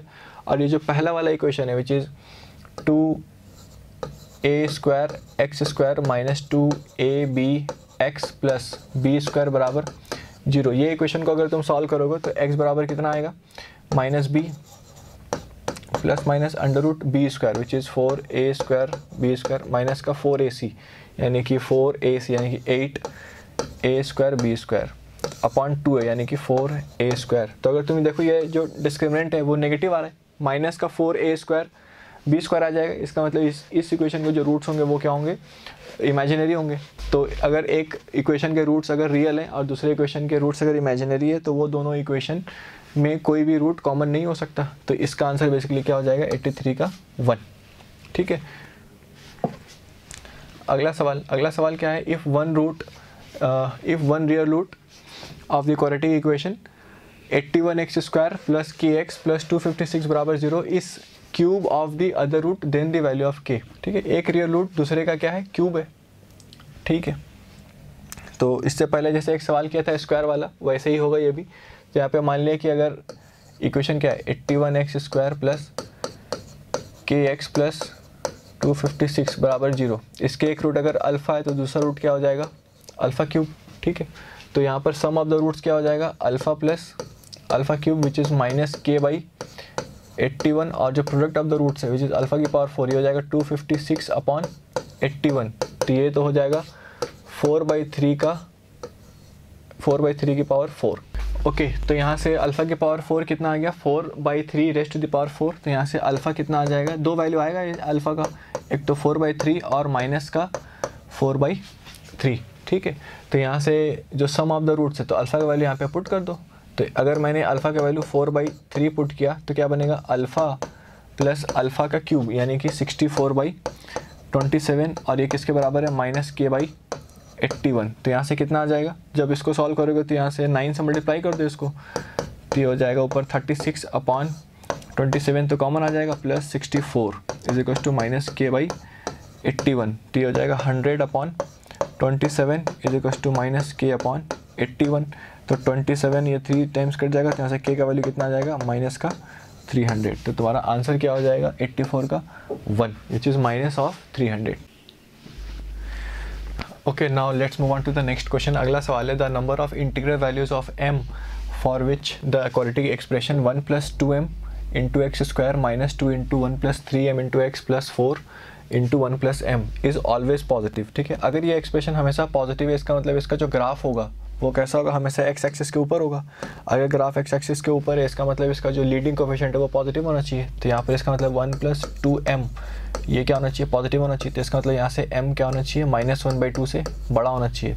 ठीक है, इसका मतलब अगर मैं बनाऊँ नंबर लाइन, तो अगर यहाँ पर -1/2 है तो जो m का वैल्यू होगा वो बेसिकली, सॉरी यहाँ पर ओपन इंटरवल आएगा -1/2, तो उसका वैल्यू यहाँ से लेकर के ऐसे -1 से बड़ा आगे की तरफ होते चला जाएगा। ठीक है, और a भी पॉजिटिव होना चाहिए और जो डिस्क्रिमिनेंट है वो भी नेगेटिव होना चाहिए। तो डिस्क्रिमिनेंट नेगेटिव कर दिया, तो डिस्क्रिमिनेंट नेगेटिव कर देंगे तो आ जाएगा ये b² -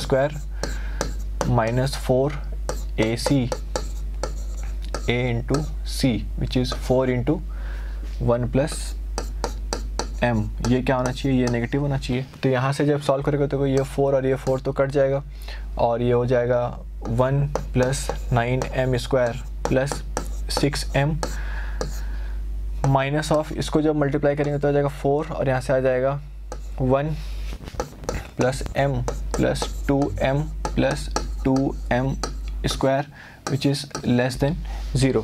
ठीक है, तो अगर तुम यहाँ से सॉल्व करोगे तो यहाँ से सॉल्व करने के बाद जो इसका क्वाड्रेटिक एक्सप्रेशन आएगा वो मैं लिख देता हूँ, वो आएगा m² - 6m - 3 <0। अब इस इनइक्वालिटी को सॉल्व करोगे तो आएगा m बिलोंग्स टू, कहाँ से कहाँ तक आ जाएगा, ये आ जाएगा 3 - 2√3 से लेकर के 3 + 2√3 तक आ जाएगा। ठीक है, तो ये वाला भी होना चाहिए, ये वाला भी सेटिस्फाई करना चाहिए, m -1/2 से बड़ा भी होना चाहिए और m का वैल्यू 3 - 2√3 से लेकर के 3 + 2√3 के बीच में भी होना चाहिए। ठीक है, तो बना लेते हैं।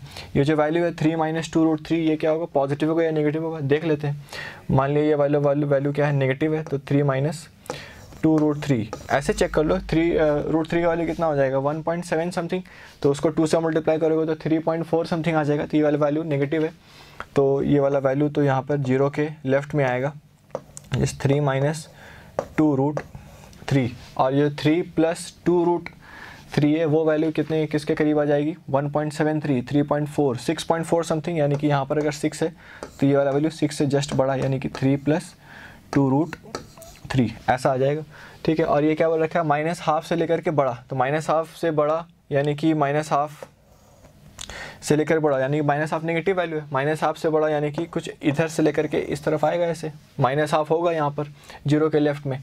ठीक है, और फिर क्या बोला है कि इसका क्या चाहिए मुझे, the number of integral values of m का इंटीग्रल वैल्यू चाहिए। तो एक इंटीग्रल वैल्यू तो क्या आएगा, 0 आएगा, और 0 और 6 की मतलब 0, 1, 2, 3, 4, 5, यानी कि 0 आ जाएगा, 1, 2, 3, 4, 5, 6, यानी कि कितने नंबर ऑफ इंटीग्रल वैल्यूज आ गए, 7। तो इस क्वेश्चन का आंसर कितना हो जाएगा, 7 विच इज़ 85 का सेकेंड। ठीक है, तो आगे बढ़ते हैं। अगला सवाल क्या है कि 86, क्वेश्चन नंबर 86 में क्या बोल रखा है कि इफ़ A1, A2, A3 ऐसे करके जितने भी नंबर्स हैं किसमें, AP में, such that A1 + A5 + A10 + A15 + A20 + A24 = 2 to 5। ठीक है, तो फिर सम निकालना है। सम किसका निकालना है, जितने भी 24 टर्म्स हैं उनका सम निकालना है। ठीक है, अब तुम देखो यहाँ पर क्या दे रखा है, A1 प्लस, इसको मैंने ऐसे लिखा A24 plus A5 plus A20 और फिर क्या है A10 प्लस A15, 6 टर्म्स है, 1 2 3 4 5 6, हाँ ठीक है। उसके बाद क्या है कि 2 to 5। अगर AP पढ़ा होगा तो AP में क्या होता है कि जो फर्स्ट टर्म है और जो लास्ट टर्म है उनका जो सम आता है वो कांस्टेंट आता है। ठीक है, इसका मतलब ये जो फर्स्ट टर्म है A1 और A24 इनका जो सम होगा, ये जो फिफ्थ टर्म है और लास्ट से जो फिफ्थ टर्म है उनका सम, और जो 10th टर्म है और जो लास्ट से 10th टर्म है उनका जो सम होगा वो क्या होता है, कांस्टेंट। इसका मतलब जो इक्विडिस्टेंट टर्म्स है, पहले अगर मैं बढ़ूँ तो पहले से अगर rth टर्म लिया है तो एंड से अगर मैंने rth टर्म को लिया तो उन दोनों को ऐड किया तो उनका जो सम आएगा वो कांस्टेंट आएगा। तो इसका मतलब ये वाला सम और ये वाला सम और ये वाला सम क्या आएगा, बराबर। तो इन तीनों को ऐड कर दिया तो हो जाएगा 3 times A1 plus A24 = 2 to 5। तो यहाँ से A1 प्लस A24 ये कितना आ जाएगा, 2 to 5 से डिवाइड कर दो तो ये कितना आ जाएगा, 7 3 21 और ये 5। तो फर्स्ट टर्म और लास्ट टर्म का जो सम आ गया वो कितना आ गया, 75। अब क्या पूछा है, A1 से लेकर के A24 तक का सम पूछा है, यानी कि all sum of all terms. तो पहला 24 टर्म का सम कितना आ जाएगा, S24 ये क्या हो जाएगा n/2, total number of terms है 24, तो n/2 into first term plus last term, यानी कि first term plus last term का वैल्यू कितना निकाल चुके हैं यहाँ से 75, तो यहाँ से आ जाएगा 75, तो हो जाएगा 12 इंटू 75, तो ये कितना आ जाएगा 900 आ जाएगा। ठीक है, तो यहाँ से 86 का आंसर क्या हो जाएगा दिल्ली। ठीक है, तो 86 का आंसर विल बी डी। आगे बढ़ते हैं, अगला सवाल क्या दे रखा है, if the sum of first 2n terms of the AP दे रखा है 258, तो इसका फर्स्ट 2n टर्म्स, तो फर्स्ट 2n टर्म्स का सम क्या हो जाएगा लिखते हैं। तो फर्स्ट 2n टर्म्स का सम will be n/2 into 2a मतलब 2 to the 4 plus n-1 into D क्या हो जाएगा इस केस में 3, ये दे रखा है। और फिर क्या दे रखा है कि सम ऑफ फर्स्ट n टर्म्स दूसरा AP का वो किसके बराबर हो जाएगा, ये सिंपली बराबर होगा n/2 इंटू 2a, इसका a कितना है 57, तो इसका डबल कितना हो जाएगा 114 प्लस n-1 इंटू डी कितना है इस केस में 2।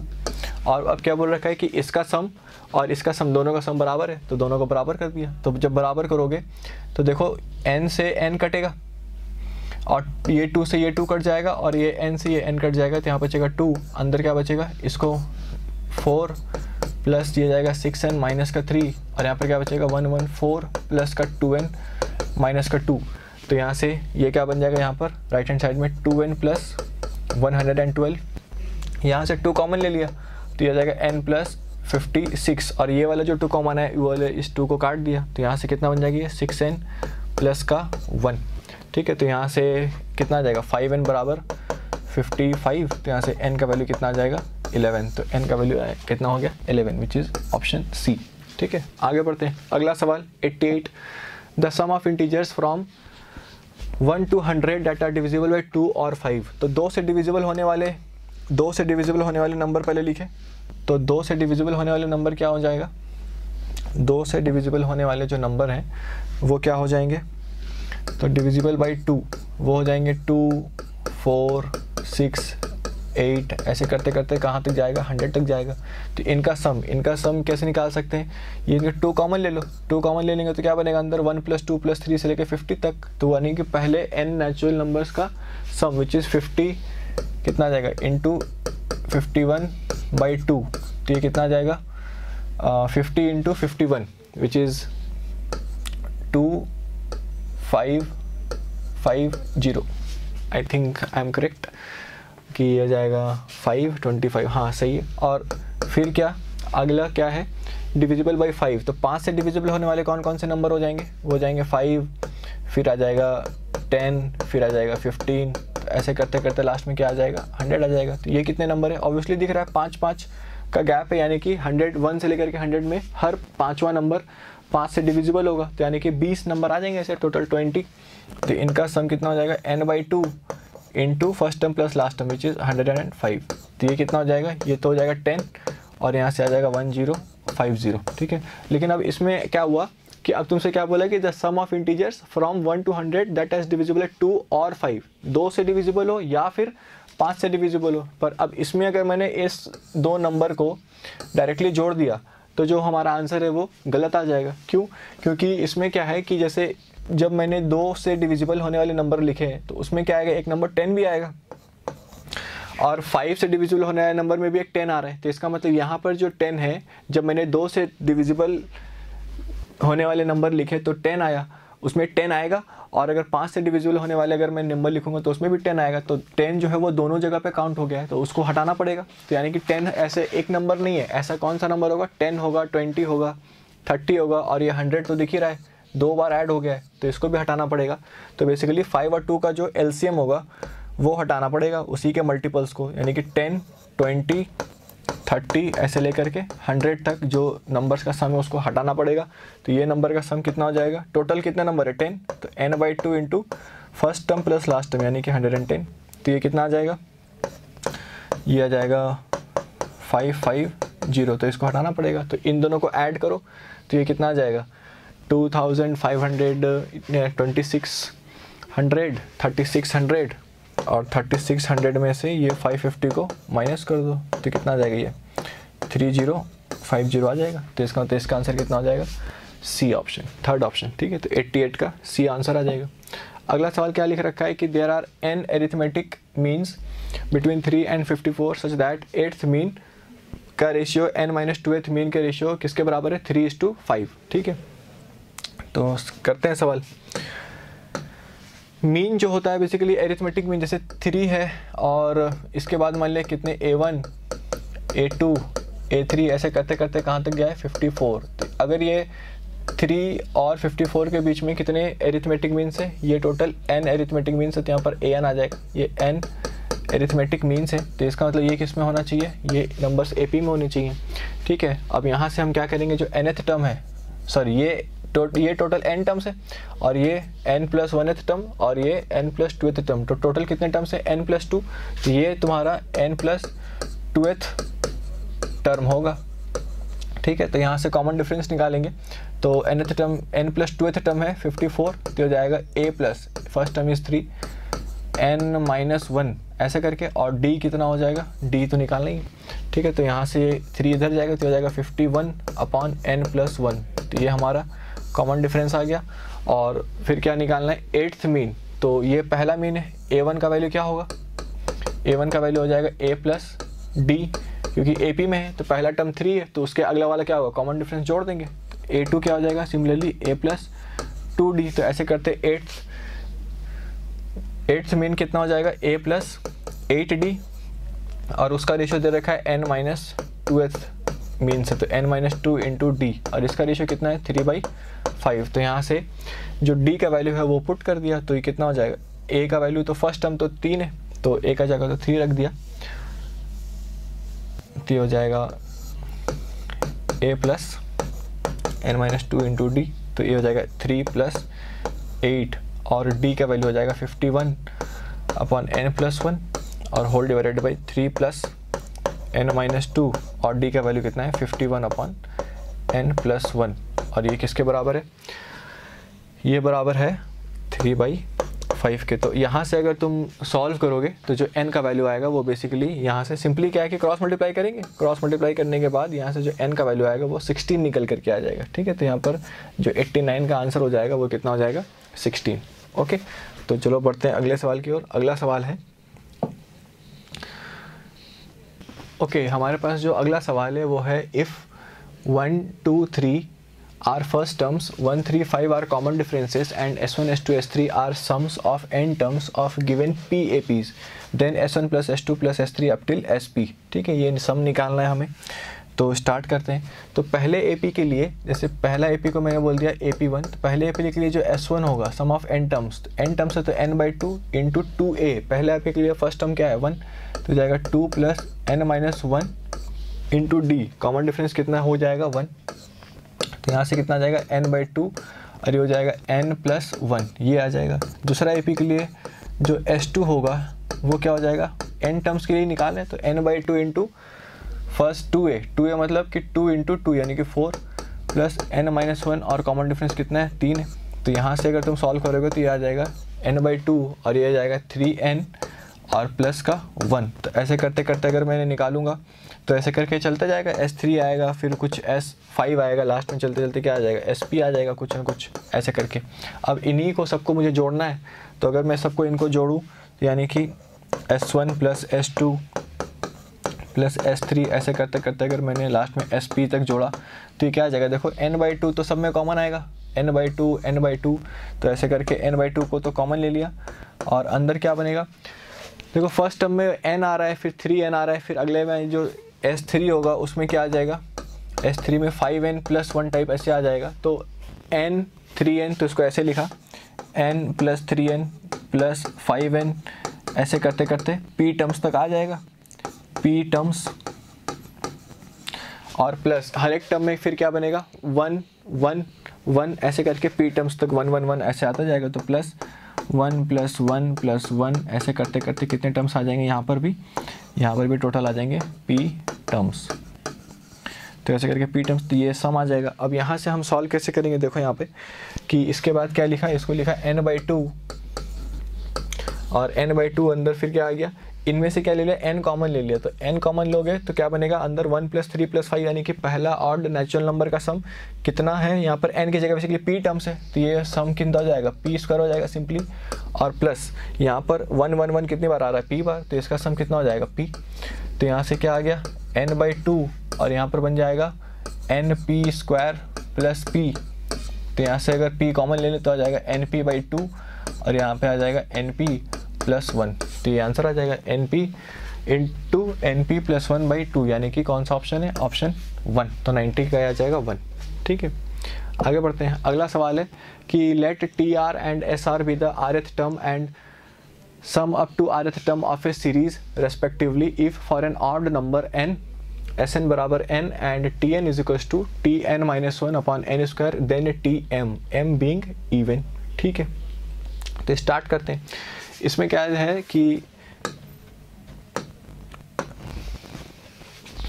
Sn दे रखा है, Sn दे रखा है n के बराबर, और जहाँ पर n क्या है, ऑड है, तो अगर मैंने n की जगह 1 रखा तो S1 क्या आएगा, यानी कि पहला टर्म, तो पहला टर्म को मैंने A1 बोला, सम ऑफ एक ही टर्म का सम यानी कि A1 वो कितना आ जाएगा, 1 आ जाएगा, और उसके बाद A3 आएगा, A3 मतलब S3 कितना हो जाएगा, सम ऑफ पहला 3 टर्म्स यानी कि A3 plus A2 plus A1 वो कितना आ जाएगा, वो भी 3 आ जाएगा n के बराबर। ठीक है, फिर अगर मैंने S5 निकाला तो वो क्या आएगा, पहला 5 टर्म का sum which is A1 plus A2 plus A3 plus A4 plus A5 वो भी कितना आ जाएगा, यहाँ से 5 आ जाएगा। ठीक है, अब ऐसे करते करते अगर मैं निकालूँ तो यहाँ से अगर मान लो मैंने निकाला Sn, तो Sn क्या होगा, सिंपली n जो दे ही रखा है, पहला n टर्म्स तक का सम, और इसके पहले क्या आएगा, Sn माइनस 2 आएगा।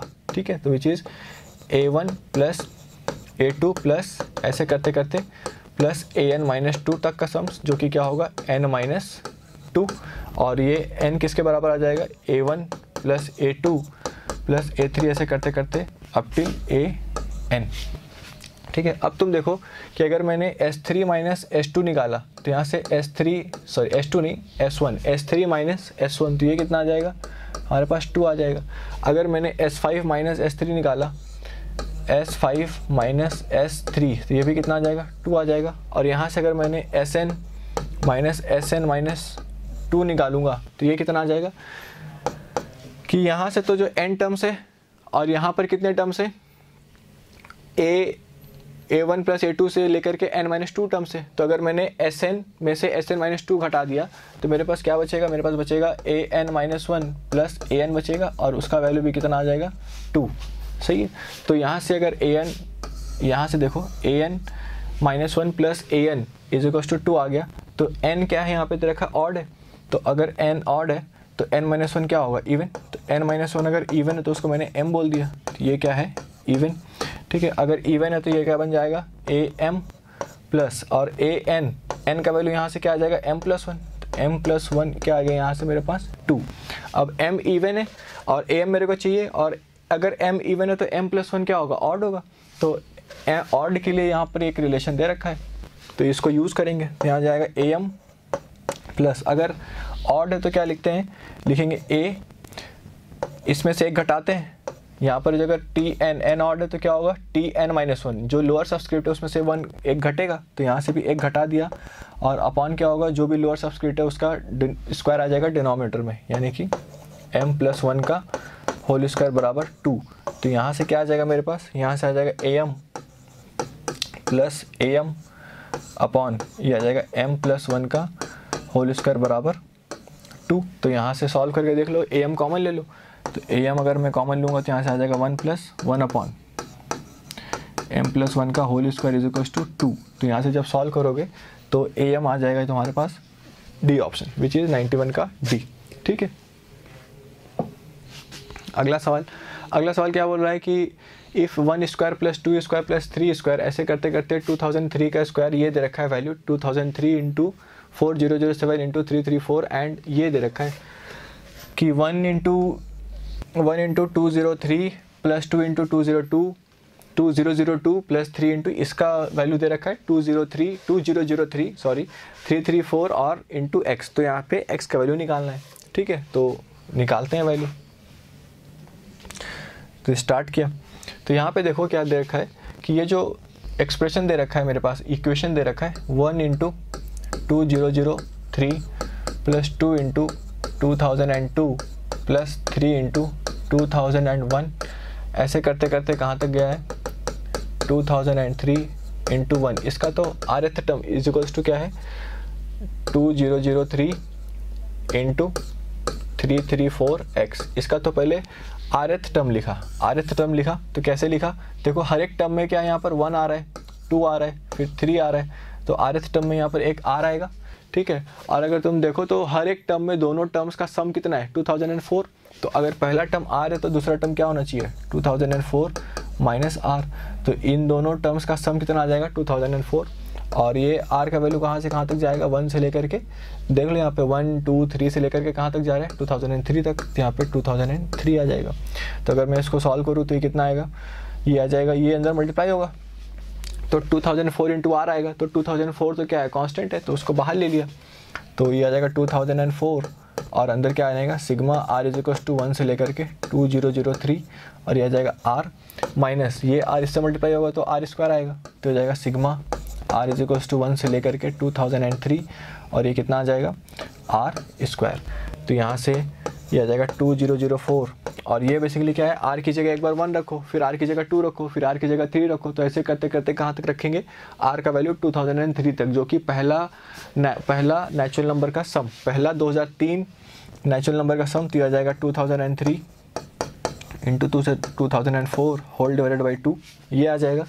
और माइनस ये बेसिकली क्या है कि r की जगह एक बार 1 रखेंगे तो क्या आएगा 1 square plus 2 square plus 3 square, ऐसा करते करते कहाँ तक आ जाएगा अप टिल 2003 का स्क्वायर तक, जो कि क्वेश्चन में इसका वैल्यू दे रखा है मेरे पास क्या 2003, तो यहाँ पे सिंपली चिपका देंगे 2003 इंटू 4007 इंटू 334, तो ये आ जाएगा। तो यहाँ से सॉल्व करोगे तो ये आ जाएगा 1002 और इन दोनों से किस फॉर्म में लिखना है मुझे बेसिकली 2003 इंटू 334, तो यहाँ से जो है 334 कॉमन आ जाएगा इसमें से और ये 2003 यहाँ पर है ही है, तो हो जाएगा 2003 इंटू 334 कॉमन आ जाएगा, तो यहाँ से आ जाएगा आई थिंक 3 बचेगा यहाँ पे 2004 और माइनस यहाँ से क्या कॉमन चला गया 2003 चला गया कॉमन और 334 चला गया, तो आ जाएगा माइनस का 4007। तो जब इसको तुम सॉल्व करोगे तो ये वाला वैल्यू तुम्हारा x का वैल्यू होगा जो कि आ जाएगा 2005, ठीक है। तो इसका आंसर कितना आ जाएगा 92 का first which is 2005। Okay, now let's move on to the next question. अगला सवाल है कि if the sum of first n terms of N AP is cn squared then the sum of squares of these n terms, ये n terms का अगर n terms का सम दे रखा है cn स्क्वायर, तो पहला उसी n टर्म्स का स्क्वायर करने पे जो सम आएगा वो कितना होगा, ठीक है। तो स्टार्ट करते हैं। तो यहाँ पे देख लो क्या दे रखा है, sum of first n terms, तो Sn दे रखा है विच इज cn स्क्वायर, ठीक है। तो अगर Sn दे रखा है तो मैं Sn-1 निकाल सकता हूँ, जहाँ जहाँ n है वहाँ वहाँ n-1 रख दिया, तो हो जाएगा n-1 का होल स्क्वायर। अब क्या निकाला nth टर्म हमें पता होता है क्या है Sn माइनस Sn-1, तो यहाँ से Sn कितना है c कॉमन ले लिया, हो जाएगा n स्क्वायर माइनस n-1 का होल स्क्वायर, तो यहाँ से कितना आ जाएगा ये c, जब एक बार जोड़ेंगे तो आ जाएगा 2n-1 और एक बार जब घटा देंगे तो कितना आ जाएगा 1, तो जो nth टर्म आ गया वो हो गया c इंटू 2n-1, ठीक है। अब मेरे को क्या चाहिए sum of squares of these n terms, यानी कि मुझे चाहिए सिग्मा ऑफ an का स्क्वायर, पहला हर एक टर्म का स्क्वायर का सम चाहिए, तो यानी कि सिग्मा n स्क्वायर चाहिए, तो यहाँ पे n का वैल्यू क्या होगा 1 से लेकर के कहाँ तक जाएगा n तक जाएगा, तो बेसिकली इसमें वैल्यू रख दो n इज इक्वल टू 1 से लेकर के n तक। यहाँ पर क्या होगा c तो कांस्टेंट है, तो चलो लिख देते हैं c स्क्वायर 2n-1 का होल स्क्वायर, तो यहाँ से c स्क्वायर बाहर आ जाएगा क्योंकि c कांस्टेंट है और अंदर में क्या बनेगा, ये बनेगा n बराबर 1 से लेकर के n तक, तो यहाँ से क्या आ जाएगा a square plus b square minus 2ab, ये बना, तो यहाँ से आ जाएगा c स्क्वायर और ये आ जाएगा अंदर लेके गए सिग्मा को, तो ये आ जाएगा 4 सिग्मा 1 से लेकर के n तक n squared plus sigma n is equal to 1 से लेकर के n तक 1 माइनस 4 तो कांस्टेंट है वो बाहर आ जाएगा, n इज इक्वल टू 1 से लेकर के n तक और ये n, ये आ जाएगा, ठीक है। तो अब इसके बाद देखो कि इसके बाद क्या हो जाएगा c स्क्वायर तो बाहर ही रहेगा कॉमन और ये अंदर क्या बनेगा n की जगह 1 रखा तो 1 square plus 2 square plus 3 square ऐसा करके आएगा, यानी कि पहला n नेचुरल नंबर का स्क्वायर का सम जो कि होता है 4 into, I hope you know the formula कि ये होता है n into n plus 1 into 2n plus 1/6, ये आ गया। और फिर क्या है प्लस, प्लस के बाद ये क्या है 1, ये तो 1 है तो 1 तो बाहर रहेगा, n की जगह 1 रखेंगे तो 1 ही आएगा, एंड 2 रखेंगे तो भी 1, यानी 1 + 1 + 1 कितनी बार, n बार, तो सिंपली ये तो 1 ही n आ जाएगा। और माइनस यहाँ पर कितना हो जाएगा 4 इंटू ये n की जगह एक बार 1 रखेंगे फिर 2 रखेंगे तो ये क्या बनेगा 1 + 2 + 3, यानी कि पहला n नेचुरल नंबर का सम जो कि होता है n इंटू n + 1/2। तो ये तुम्हारे पास फाइनली बनेगा। और अगर तो इस एक्सप्रेशन को अगर तुम सॉल्व करोगे तो तुम्हारे पास जो आंसर आएगा वो बेसिकली थर्ड ऑप्शन आ जाएगा, विच इज़ 93 का 3। ठीक है, अगला सवाल क्या बोल रहा है कि इफ़, अच्छा इसमें जो ऑप्शंस है ये ऑप्शंस में गड़बड़ी है कि इसमें क्या करो, इसमें ये जो ऑप्शन दे रखे हैं ना, ये ऑप्शन में ये 3 और 9 हटा दो इसको ऐसा करके, और इसमें ये हटा दिया, ठीक है 6 कर दिया, और इसके यहाँ पर ये 8 कर दिया, ऐसा 9 3 6 8 ऐसा है। ठीक है, प्रिंटिंग मिस्टेक हो गया। तो यहाँ पर क्या दे रखा है सवाल में कि let A1 A2 A3 up till A100 be an arithmetic progression with first term दे रखा है 3 और SP दे रखा है जो कि सिग्मा नॉर्मली जो सम होता है।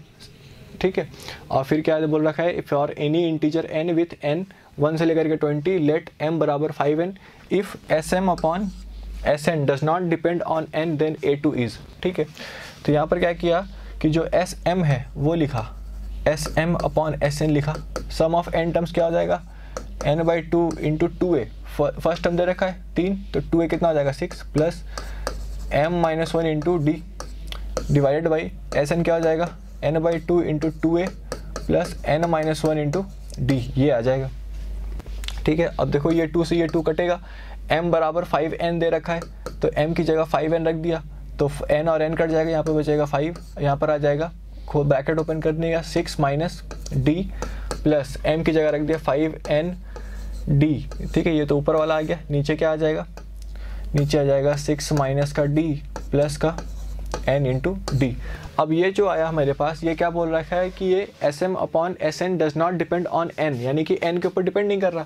तो n के ऊपर डिपेंड कब नहीं करेगा, जब ये जो मेरा 6 माइनस डी है न्यूमरेटर में और डिनोमिनेटर में ये अगर 0 हो जाए, अगर 6 माइनस डी अगर ये मेरा 0 हो गया तो क्या बचेगा 5nd बचेगा और नीचे nd बचेगा, तो n से n क्या हो जाएगा कैंसिल हो जाएगा। तो इसका मतलब उस केस में ही क्या हो सकता है कि जो SM अपॉन Sn है वो d पे डिपेंड नहीं करेगा। ठीक है, सॉरी n पे डिपेंड नहीं करेगा। ठीक है, तो यहाँ पर क्या हो जाएगा 6 माइनस डी, ये क्या होना चाहिए 0, तो इसका मतलब क्या हो जाएगा d का वैल्यू क्या होना चाहिए 6। तो अगर कॉमन डिफरेंस 6 आ गया, सेकेंड टर्म पूछा है तो सेकेंड टर्म क्या होता है फर्स्ट टर्म में कॉमन डिफरेंस जोड़ दो, तो फर्स्ट टर्म कितना था 3 और कॉमन डिफरेंस कितना निकला 6, तो इसका आंसर कितना हो जाएगा 1। तो 94 का ऑप्शन क्या हो जाएगा 1।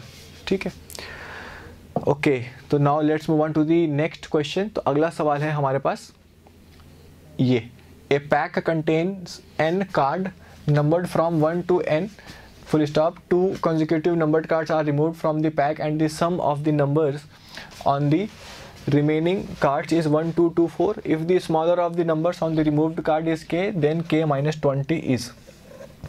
ठीक है, तो ये सवाल है, तो इसको स्टार्ट करते हैं इसका सॉल्यूशन। तो बेसिकली क्या दे रखा है n नंबर्ड कार्ड है और उसमें से उन n नंबर्ड कार्ड्स में से बीच में कोई 2 कॉन्जिक्यूटिव कार्ड के नंबर हटा लिए, तो बचे हुए कार्ड्स जो उनका सम दे रखा है 1 2 2 4। तो अगर कार्ड नंबर अगर 1 2 3 4 ऐसे करके दे रखा है n कार्ड से, तो इनका सम कितना हो जाएगा simply n into n plus 1/2। ठीक है, और उसमें जो नंबर्स हटाए हैं तो उनमें से जो सबसे छोटा नंबर का कार्ड है वो क्या है k, तो जो हटाया होगा वो क्या होगा k, और उसके बाद वाला क्या हो जाएगा k प्लस 1। तो उन दो नंबर्स का सम क्या हो जाएगा k प्लस 1, और इनका जो डिफरेंस है वो दे रखा है क्वेश्चन में कितना है 1 2 2 4। तो यहाँ से क्या आ जाएगा n into n plus 1/2 minus ये हो जाएगा 2k plus 1 is equals to 1 2 2 4। ठीक है, अब तुम ऐसे देखो कि मेरे पास n कार्ड से 1 2 3 4 से लेकर के n तक उसमें से कोई भी 2 कॉन्जिक्यूटिव कार्ड्स के नंबर हटा लिए। ठीक है, तो उसमें से k और k प्लस 1। तो अगर मैं तुमसे पूछूं कि सबसे मिनिमम कौन से कॉन्जिक्यूटिव कार्ड्स हटा सकते हैं, तो वो आंसर आएगा 1 और 2, कि पहला नंबर और दूसरा नंबर वाले कार्ड हटा लिए। तो इसका मतलब ये जो k है यानी ये वाला जो वैल्यू है 2k प्लस 1, ये वैल्यू कभी 0 नहीं हो सकता। 0 नहीं हो सकता मतलब कुछ ना कुछ वैल्यू आएगा। इसका मतलब इस वाले वैल्यू से ये वाला वैल्यू घटेगा। इसका मतलब अगर मैं इनको कंपेयर करूं इस नंबर को और इस नंबर को, तो ये जो नंबर है n इंटू एन प्लस 1/2 ये हमेशा बड़ा ही आएगा 1224 से, क्योंकि इस नंबर से ये नंबर घटेगा तब जाकर 1224 आएगा। तो ये नंबर 0 नहीं हो सकता। तो इसका मतलब ये वाला नंबर जो है n इंटू एन प्लस 1/2 वो हमेशा क्या होगा, पक्का क्या होगा, 1224 से बड़ा होगा। तो यहाँ से अगर हम देखें तो क्या बनेगा, n into n plus 1 greater than क्या आ जाएगा 2448। अगर तुम इस इनइक्वालिटी को अगर देखो ध्यान से तो ये वाला जो नंबर है ये तो एक्चुअली 2500 के करीब है, और यहाँ पर दो कॉन्जिक्यूटिव नंबर्स का प्रोडक्ट क्या है 2500 के करीब है। तो तुम अगर इसको सॉल्व करोगे तो बेसिकली n का वैल्यू जो 49 है वो इसको सेटिस्फाई करेगा। मतलब अगर मैंने 49 रख दिया ना यहाँ पे तो क्या बनेगा 49 इंटू 50, तो ये वैल्यू जो आएगा वो 2448 से बड़ा आएगा। और अगर मान लो n का वैल्यू तुमने 50 रख दिया तो ये वाला वैल्यू भी इसको सेटिस्फाई करेगा। अगर n का वैल्यू तुमने 49 रखा कहाँ पर, यहाँ पर, तो यहाँ से k का वैल्यू आएगा। तो यहाँ से जब तुम सॉल्व करोगे तो n का वैल्यू 49 के लिए जो k का वैल्यू आएगा वो बेसिकली क्या आएगा 0। k का वैल्यू कितना आ जाएगा 0, जो कि पॉसिबल नहीं है क्योंकि जो कार्ड नंबर है उसमें तो 1 2 3 से ही नंबर स्टार्ट है। तो k का वैल्यू 0 हो ही नहीं सकता, यानी कि n का वैल्यू 49 नहीं हो सकता। उसके बाद अगर तुम n इज टू 50 रखोगे तो यहाँ से जो k का वैल्यू आएगा वो आ जाएगा, मतलब यहाँ पर रखोगे ना n का वैल्यू अगर 50 मैंने यहाँ पे रखा तो यहाँ पर से रखोगे तो k का वैल्यू आ जाएगा तुम्हारे पास 25, और 25 सही है। अगर 25 निकाला होगा तो इसके अगला नंबर क्या होगा 26। तो ऐसे ही करते करते अगर तुम जाओगे आगे तो n का वैल्यू 51 रखोगे, फिर n का वैल्यू 52 रखोगे, ठीक है, फिर ऐसे करते करते n का वैल्यू 53 रखोगे। तो एक समय आएगा जब 51 जब रखोगे, ठीक है, तो n का वैल्यू जब 51 रखोगे तो मैं बता देता हूँ कि क्या आएगा। n का वैल्यू जब 51 रखोगे तो आ जाएगा तुम्हारे पास k का वैल्यू आएगा, यहाँ से k का वैल्यू आएगा 101/2, ठीक है। 52 जब रखोगे तो यहाँ से आ जाएगा k का वैल्यू आ जाएगा 153/2, और जब 53 रखोगे तो यहाँ से k का वैल्यू कितना आ जाएगा 103। अब तुम यहाँ पे ऐसे देखो कि k का वैल्यू जब n का वैल्यू 51 है तो यहाँ पर k का वैल्यू कितना आ रहा है 101/2।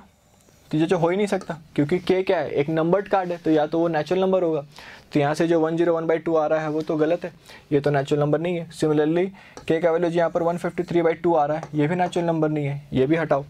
n इज टू 53 के लिए आएगा हमारे पास k का वैल्यू 103, तो ये एक्सेप्टेबल है। और इसके बाद वाला जो नंबर होगा नंबर्ड कार्ड में वो कितना हो जाएगा 104। लेकिन हमसे क्वेश्चन में क्या पूछ रखा है कि if the smaller of the numbers on the removed card is k, अगर जो छोटा नंबर है वो k है तो k का वैल्यू 103 यहाँ पर आ रहा है और यहाँ पर क्या आ रहा है k का वैल्यू 25 आ रहा है। तो इन दोनों में से छोटा कौन है, ऑब्वियसली 25 है। इसके आगे तुम और जाओगे तो वैल्यू क्या होगा, k का वैल्यू बड़ा ही आता जाएगा। तो सबसे छोटा वैल्यू k का कितना हो जाएगा 25। तो यहाँ से k का वैल्यू आ जाएगा मेरे पास 25, और तुमसे क्या पूछा है k माइनस 20, तो k माइनस 20 विल बी 5। तो 95 का आंसर कितना हो जाएगा 1, ठीक है। I hope you are with me. अगला सवाल क्या है कि question number 96, suppose that all the terms of an arithmetic progression are natural numbers, ठीक है, if the ratio of the sum of first 11 terms to the sum of the first 11 terms is this, ठीक है। तो इसको solve करते हैं।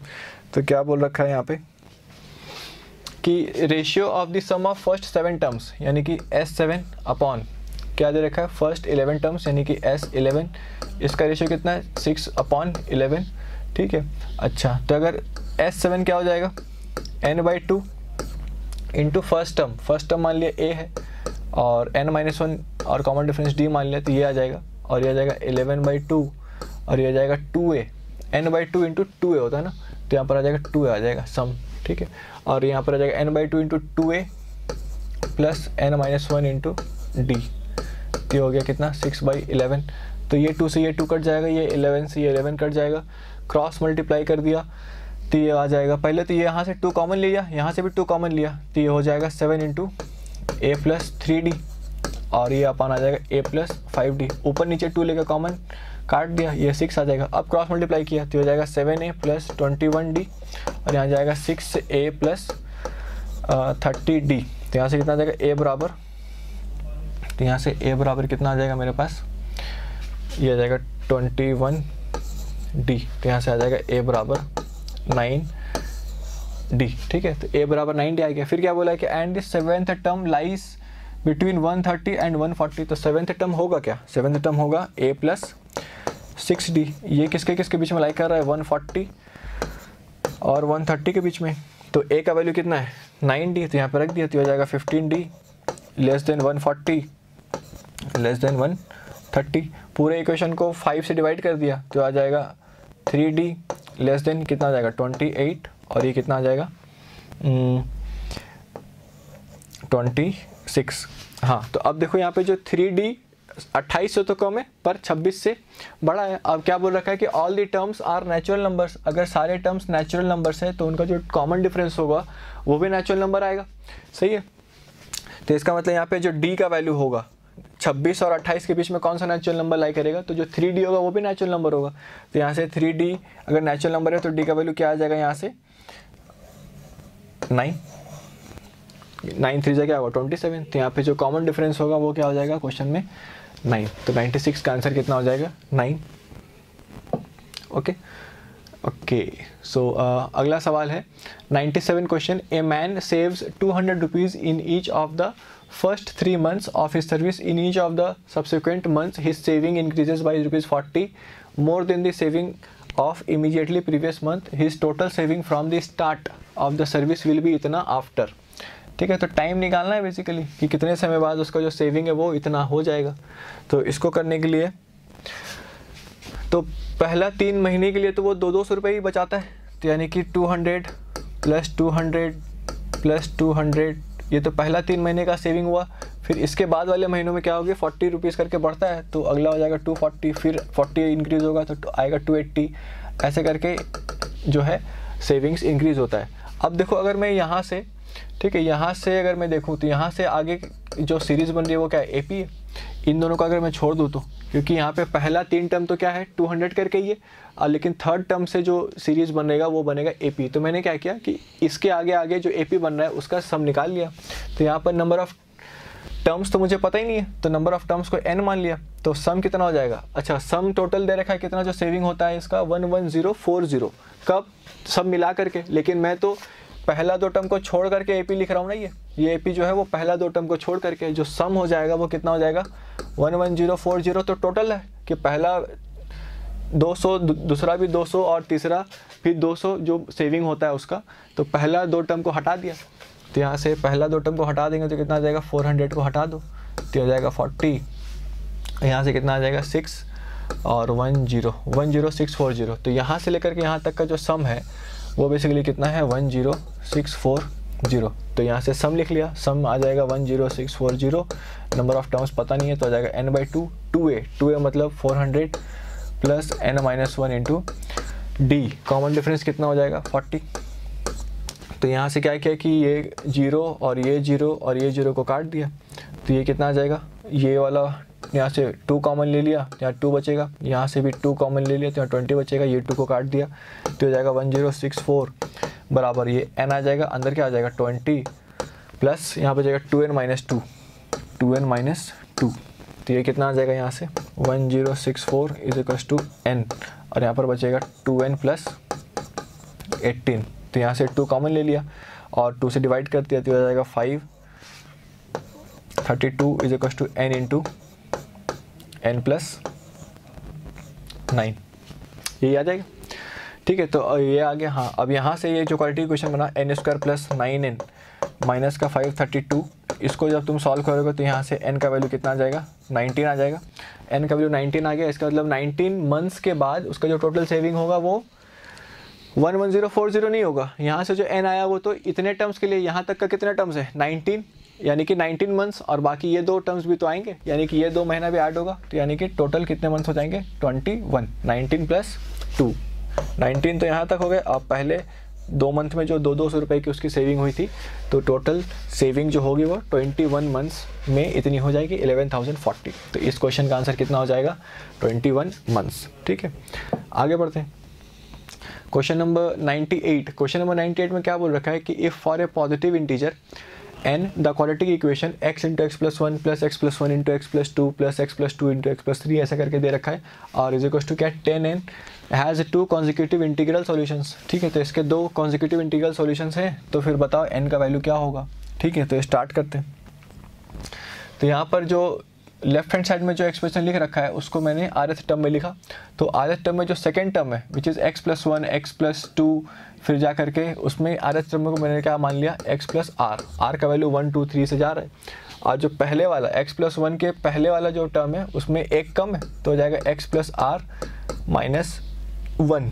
ये कहाँ से कहाँ तक जाएगा, r बराबर 1 से लेकर के n तक, क्योंकि यहाँ पर 1 पहले टर्म में जो सेकेंड टर्म है x इंटू x+1, मतलब ऐसे देखो x into x+1 plus x+1 into x+2 plus 2 plus ऐसे करते करते कहाँ तक जा रही है x+n-1 और इंटू x+n ये दे रखा है। तो यहाँ पर ये जो पहला टर्म का सेकेंड टर्म है, मतलब ये वाला टर्म और लास्ट में जाकर के ये वाला टर्म, तो यहाँ पर x के साथ क्या जुड़ा हुआ है 1 फिर 2 फिर ऐसे करते करते लास्ट में n तक। तो यहाँ पर इसको मैंने लिया है, r का वैल्यू 1 2 रखूँगा तो ये आ जाएगा सारे टर्म्स, और इसकी जस्ट पहले वाला टर्म में क्या है, इससे एक कम है, यहाँ पर 2 है तो यहाँ पर 1 है, यहाँ पर अगर n है तो यहाँ पर n-1 है। ठीक है, तो यहाँ पर भी अगर r है तो यहाँ पर क्या आ जाएगा r-1।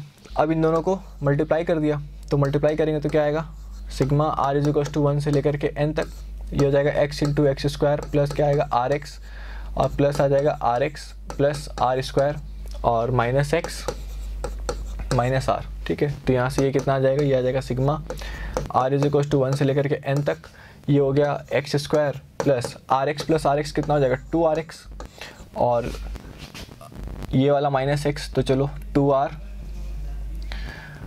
-1 इंटू x ऐसे लिख लिया। ठीक है, और ये कितना बन जाएगा कांस्टेंट टर्म r² -r ऐसा आ जाएगा मेरे पास। ठीक है, अब तुम देखो यहाँ जो सिग्मा है वो समेशन वेरिएबल किस पे लगा हुआ है, r पे, तो इसके लिए x क्या होगा कांस्टेंट होगा। तो क्या किया कि जब सिग्मा को अंदर लेके जाएंगे तो x² तो बाहर आ जाएगा और सिग्मा क्या बनेगा, सिग्मा r = 1 से लेकर के n तक, और यहाँ पर क्या आएगा 1 आएगा, प्लस यहाँ पर ये x कांस्टेंट है तो x को बाहर ले लेंगे तो आ जाएगा x बाहर आ जाएगा, ये आ जाएगा सिग्मा r = 1 से लेकर के n तक 2r -1 और प्लस इसको मिटा दे रहा हूँ मैं, तो यहाँ से क्या आ जाएगा प्लस सिग्मा r = 1 से लेकर के n तक r² -r। तो ये क्या आ जाएगा यहाँ पर, इसका सम, इसका वैल्यू कितना आ जाएगा 1 1 + 1 + 1 + 1 कितनी बार n बार, तो यहाँ पर सिंपली आ जाएगा n प्लस यहाँ पर आ जाएगा x। r के वैल्यू अगर यहाँ पे 1 रखोगे तो कितना आएगा 1 आएगा, 2 रखोगे तो 3 आएगा, 3 रखोगे तो 5 आएगा, तो यानी कि ये 1 + 3 + 5 ऐसे करते करते अप टिल n टर्म्स, यानी कि पहला n ऑड नेचुरल नंबर का सम है जो कि क्या होता है n²। तो यहाँ से सिंपली क्या आ जाएगा n² प्लस यहाँ पे क्या बनेगा, यहाँ पे तुम्हारा बनेगा कि ये सिंपली क्या हो गया, ये r² यानी कि r का जगह 1 रखेंगे तो इसको ब्रेक कर दिया, r² -r कर दिया, तो r² मतलब 1² + 2² + 3² ऐसे करते करते यानी n नेचुरल नंबर का स्क्वायर का sum which is n × n + 1 into 2n + 1 upon 6 आ जाएगा, और माइनस यहाँ पर क्या आ जाएगा n इंटू पहला n नेचुरल नंबर का सम विच इज़ ये आ जाएगा। ठीक है, तो अगर यहाँ और इक्वल्स टू क्या दे रखा है, इक्वल्स टू 10n, यहाँ पर इज टू में क्या दे रखा था क्वेश्चन में 10n।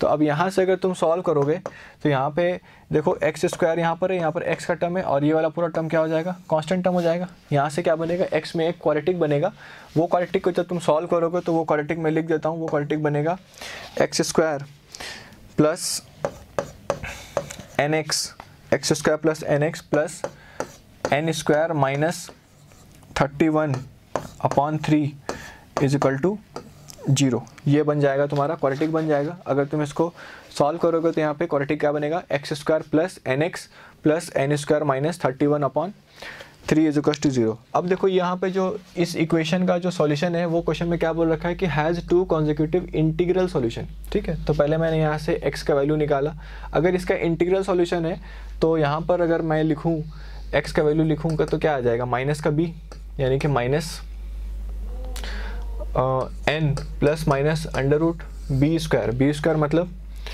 n² माइनस का 4ac, a into c, c मतलब n² -31/3 अपॉन 2a, 2a मतलब सिंपली 2।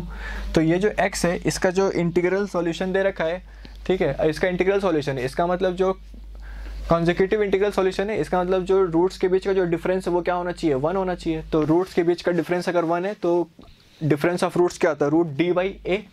तो रूट डी बाई ए का मतलब क्या है कि जो स्क्वायर रूट के अंदर है रूट डी बाई ए, यानी कि रूट डी बाई ए, मतलब जो ये लिख रखा है ब्रैकेट के अंदर यही तो है डी, तो हो जाएगा एन स्क्वायर, ये हो जाएगा एन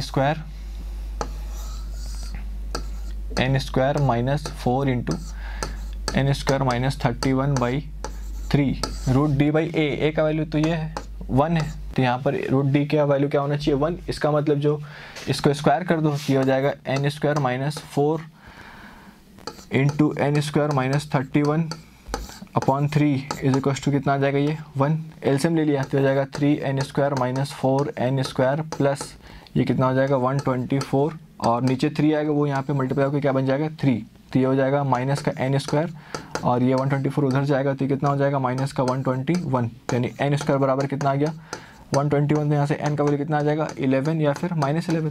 अब क्या बोल रखा है क्वेश्चन में, for a positive integer n positive integer है तो -11 जो है वो रिजेक्ट हो जाएगा, तो यानी कि n का वैल्यू क्या आ जाएगा सिंपली 11। तो यहाँ से यही पूछा था कि what is the value of n is equal to 11, मतलब 98 का थर्ड ऑप्शन, तो ये हमारा आंसर हो जाएगा। अगला सवाल क्या बोल रखा है, the sum of all 2 digit positive numbers which when divided by 7 yield 2 और 5 एज रिमाइंडर। ठीक है, तो स्टार्ट करते हैं। तो 2 डिजिट का नंबर लिखना है जिसको मैं 7 से डिवाइड करूँ तो रिमाइंडर कितना आना चाहिए 2 या फिर 5। तो पहला 2 डिजिट नंबर क्या होगा, पहला 2 डिजिट नंबर हो जाएगा तुम्हारा अगर मैंने 12 लिखा तो 12 को अगर मैंने 7 से डिवाइड किया तो रिमाइंडर कितना आ जाएगा 5, बिल्कुल आ जाएगा।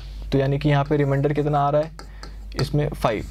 तो इसके बाद वाला नंबर क्या आएगा, इसी में 7 ऐड कर दो विच इज़ 19, फिर 7 ऐड कर दो 26। तो ऐसे करते करते जो लास्ट नंबर होगा 2 डिजिट का वो कितना हो जाएगा, वो 90 कितना आ जाएगा 90 अगर मैंने 5 94 91 तो 7 से डिविजिबल हो जाएगा और 96 5 रिमाइंडर आ जाएगा। तो ये नंबर है। अब इसका मुझे सम निकालना है तो इसका सम निकाल लो, कितना आएगा, नंबर ऑफ nth टर्म मान लिया 96 है तो nth टर्म अगर 96 है तो 96 बराबर क्या आ जाएगा a plus n-1 into common difference कितना है 7। तो यहाँ से 12 को इधर ले आओ तो कितना जाएगा ये 80 का 4 और ये 7 से डिवाइड कर दो तो जाएगा n-1। तो यहाँ से ये कितना जाएगा 12 plus 1 is equal to n। तो यहाँ से n का वैल्यू कितना आ गया 13, ऐसे के 13 टर्म्स है। और अगर रिमाइंडर अगर 2 आ रहा है तो ऐसे कितने टर्म्स होंगे, अगर मैंने 2 डिजिट को डिवाइड किया तो ऐसे पहला नंबर कौन सा हो जाएगा, पहला नंबर हो जाएगा अगर 11 लिया, 11 को 7 से डिवाइड किया 16, आई थिंक 16 हो जाएगा पहला। 11 अगर से 11 को डिवाइड करूँगा 7 से तो 4 आएगा, 12 को तो 5 आएगा, 14 को किया ठीक है 16 आ जाएगा। तो पहला टर्म 16 होगा, उसके बाद इसमें 7 बढ़ाते चले जाओ तो हो जाएगा 23 और ऐसे करते करते लास्ट टर्म कितना आ जाएगा 99 अगर लूँगा तो 91 अगर लूँगा तो 91 लूँगा तो कट जाएगा 93 आ जाएगा, क्योंकि इसके बाद जो नंबर आएगा वो आएगा 100 जो कि 99 में रिमाइंडर 1 आ जाएगा 93 होगा। ठीक है, तो इसमें अगर nth टर्म मान लिया मैंने 93 है तो इसमें क्या होगा कि नंबर ऑफ टर्म्स कितने आ जाएंगे, तो nth term is equal to a plus n-1 into d. तो इसको इधर ले आओ, ये कितना हो जाएगा 7 और 8 में से 1 जाएगा 7 is equal to n-1 into 7। तो ये 7 से 11 हो गया, तो n का वैल्यू यहाँ से कितना आ गया 12, तो n का वैल्यू 12 आ गया। अब क्या बोल रखा है, sum of all 2 digit numbers which divided by 7 yield 2 और 5 एज ए रिमाइंडर। ठीक है, तो सम निकाल लिया, तो सम कितना आ जाएगा, सम हो जाएगा n/2 इसका लिए n कितना है 30, तो n/2 into first term plus last term, first term कितना है 12 और लास्ट टर्म कितना है 96। तो ये कितना आ जाएगा 13/2 और इंटू ये कितना आ जाएगा 108। तो यहाँ से आ जाएगा 13 इंटू 54। तो इसको मल्टीप्लाई कर लो कितना आ जाएगा ये आ जाएगा 12 1 15 16 16 4 20 2 702। तो ये आ जाएगा 70 2 आ जाएगा यहाँ से। और अगर इसका निकाला सम तो ये कितना आ जाएगा n/2 into first term plus last term, मतलब 16 प्लस 93 तो ये आ जाएगा 6 इंटू ये कितना आ जाएगा 109, तो ये हो जाएगा 9 5 तो 54 हो जाएगा और ये 9 आ जाएगा। तो अब इन दोनों को जोड़ दो, तो इन दोनों को जोड़ेंगे तो कितना आ जाएगा 702 तो जाएगा 65 और 1656 ओह सॉरी यहाँ पे तो 6 आएगा ना, ये आ जाएगा 656 तो यहाँ पर आ जाएगा 3 तो 1356 आ जाएगा, यानी कि 99 का 4 आंसर आ जाएगा। ठीक है, आगे बढ़ते हैं। अगला सवाल क्या है कि इफ़, अगला सवाल और आखिरी सवाल कि if 19th term of a non zero A P is 0, अगर 19th टर्म अगर 0 दे रखा है तो यहाँ से यहाँ तक पढ़ते ही क्या होना चाहिए कि 19th टर्म यानी कि 1 + 18d क्या होगा 0, यही 19th टर्म होगा। और फिर क्या बोल रखा है देन इट्स 49th टर्म यानी कि a + 48d divided by a + 28d, इसका रेशियो पूछा है। तो यहाँ से a का वैल्यू कितना आ जाएगा माइनस का 18d, यहाँ पे पुट कर दो तो आ जाएगा माइनस का 18d प्लस का 48d whole divided by minus का 18d प्लस का 28 का d, तो ये कितना आ जाएगा यहाँ पर ऊपर आ जाएगा 30d और नीचे कितना आ जाएगा 10d, तो d से d कट जाएगा, 0 से 0 कट जाएगा तो कितना आ जाएगा 3/1, तो जो रेशियो होगा वो कितना आ जाएगा 3:1, तो इसका आंसर कितना आ जाएगा 100 का 1। ओके, तो ये रहे आज के मैथ्स के पेपर के video solutions. I hope you like the video. Okay, bye bye.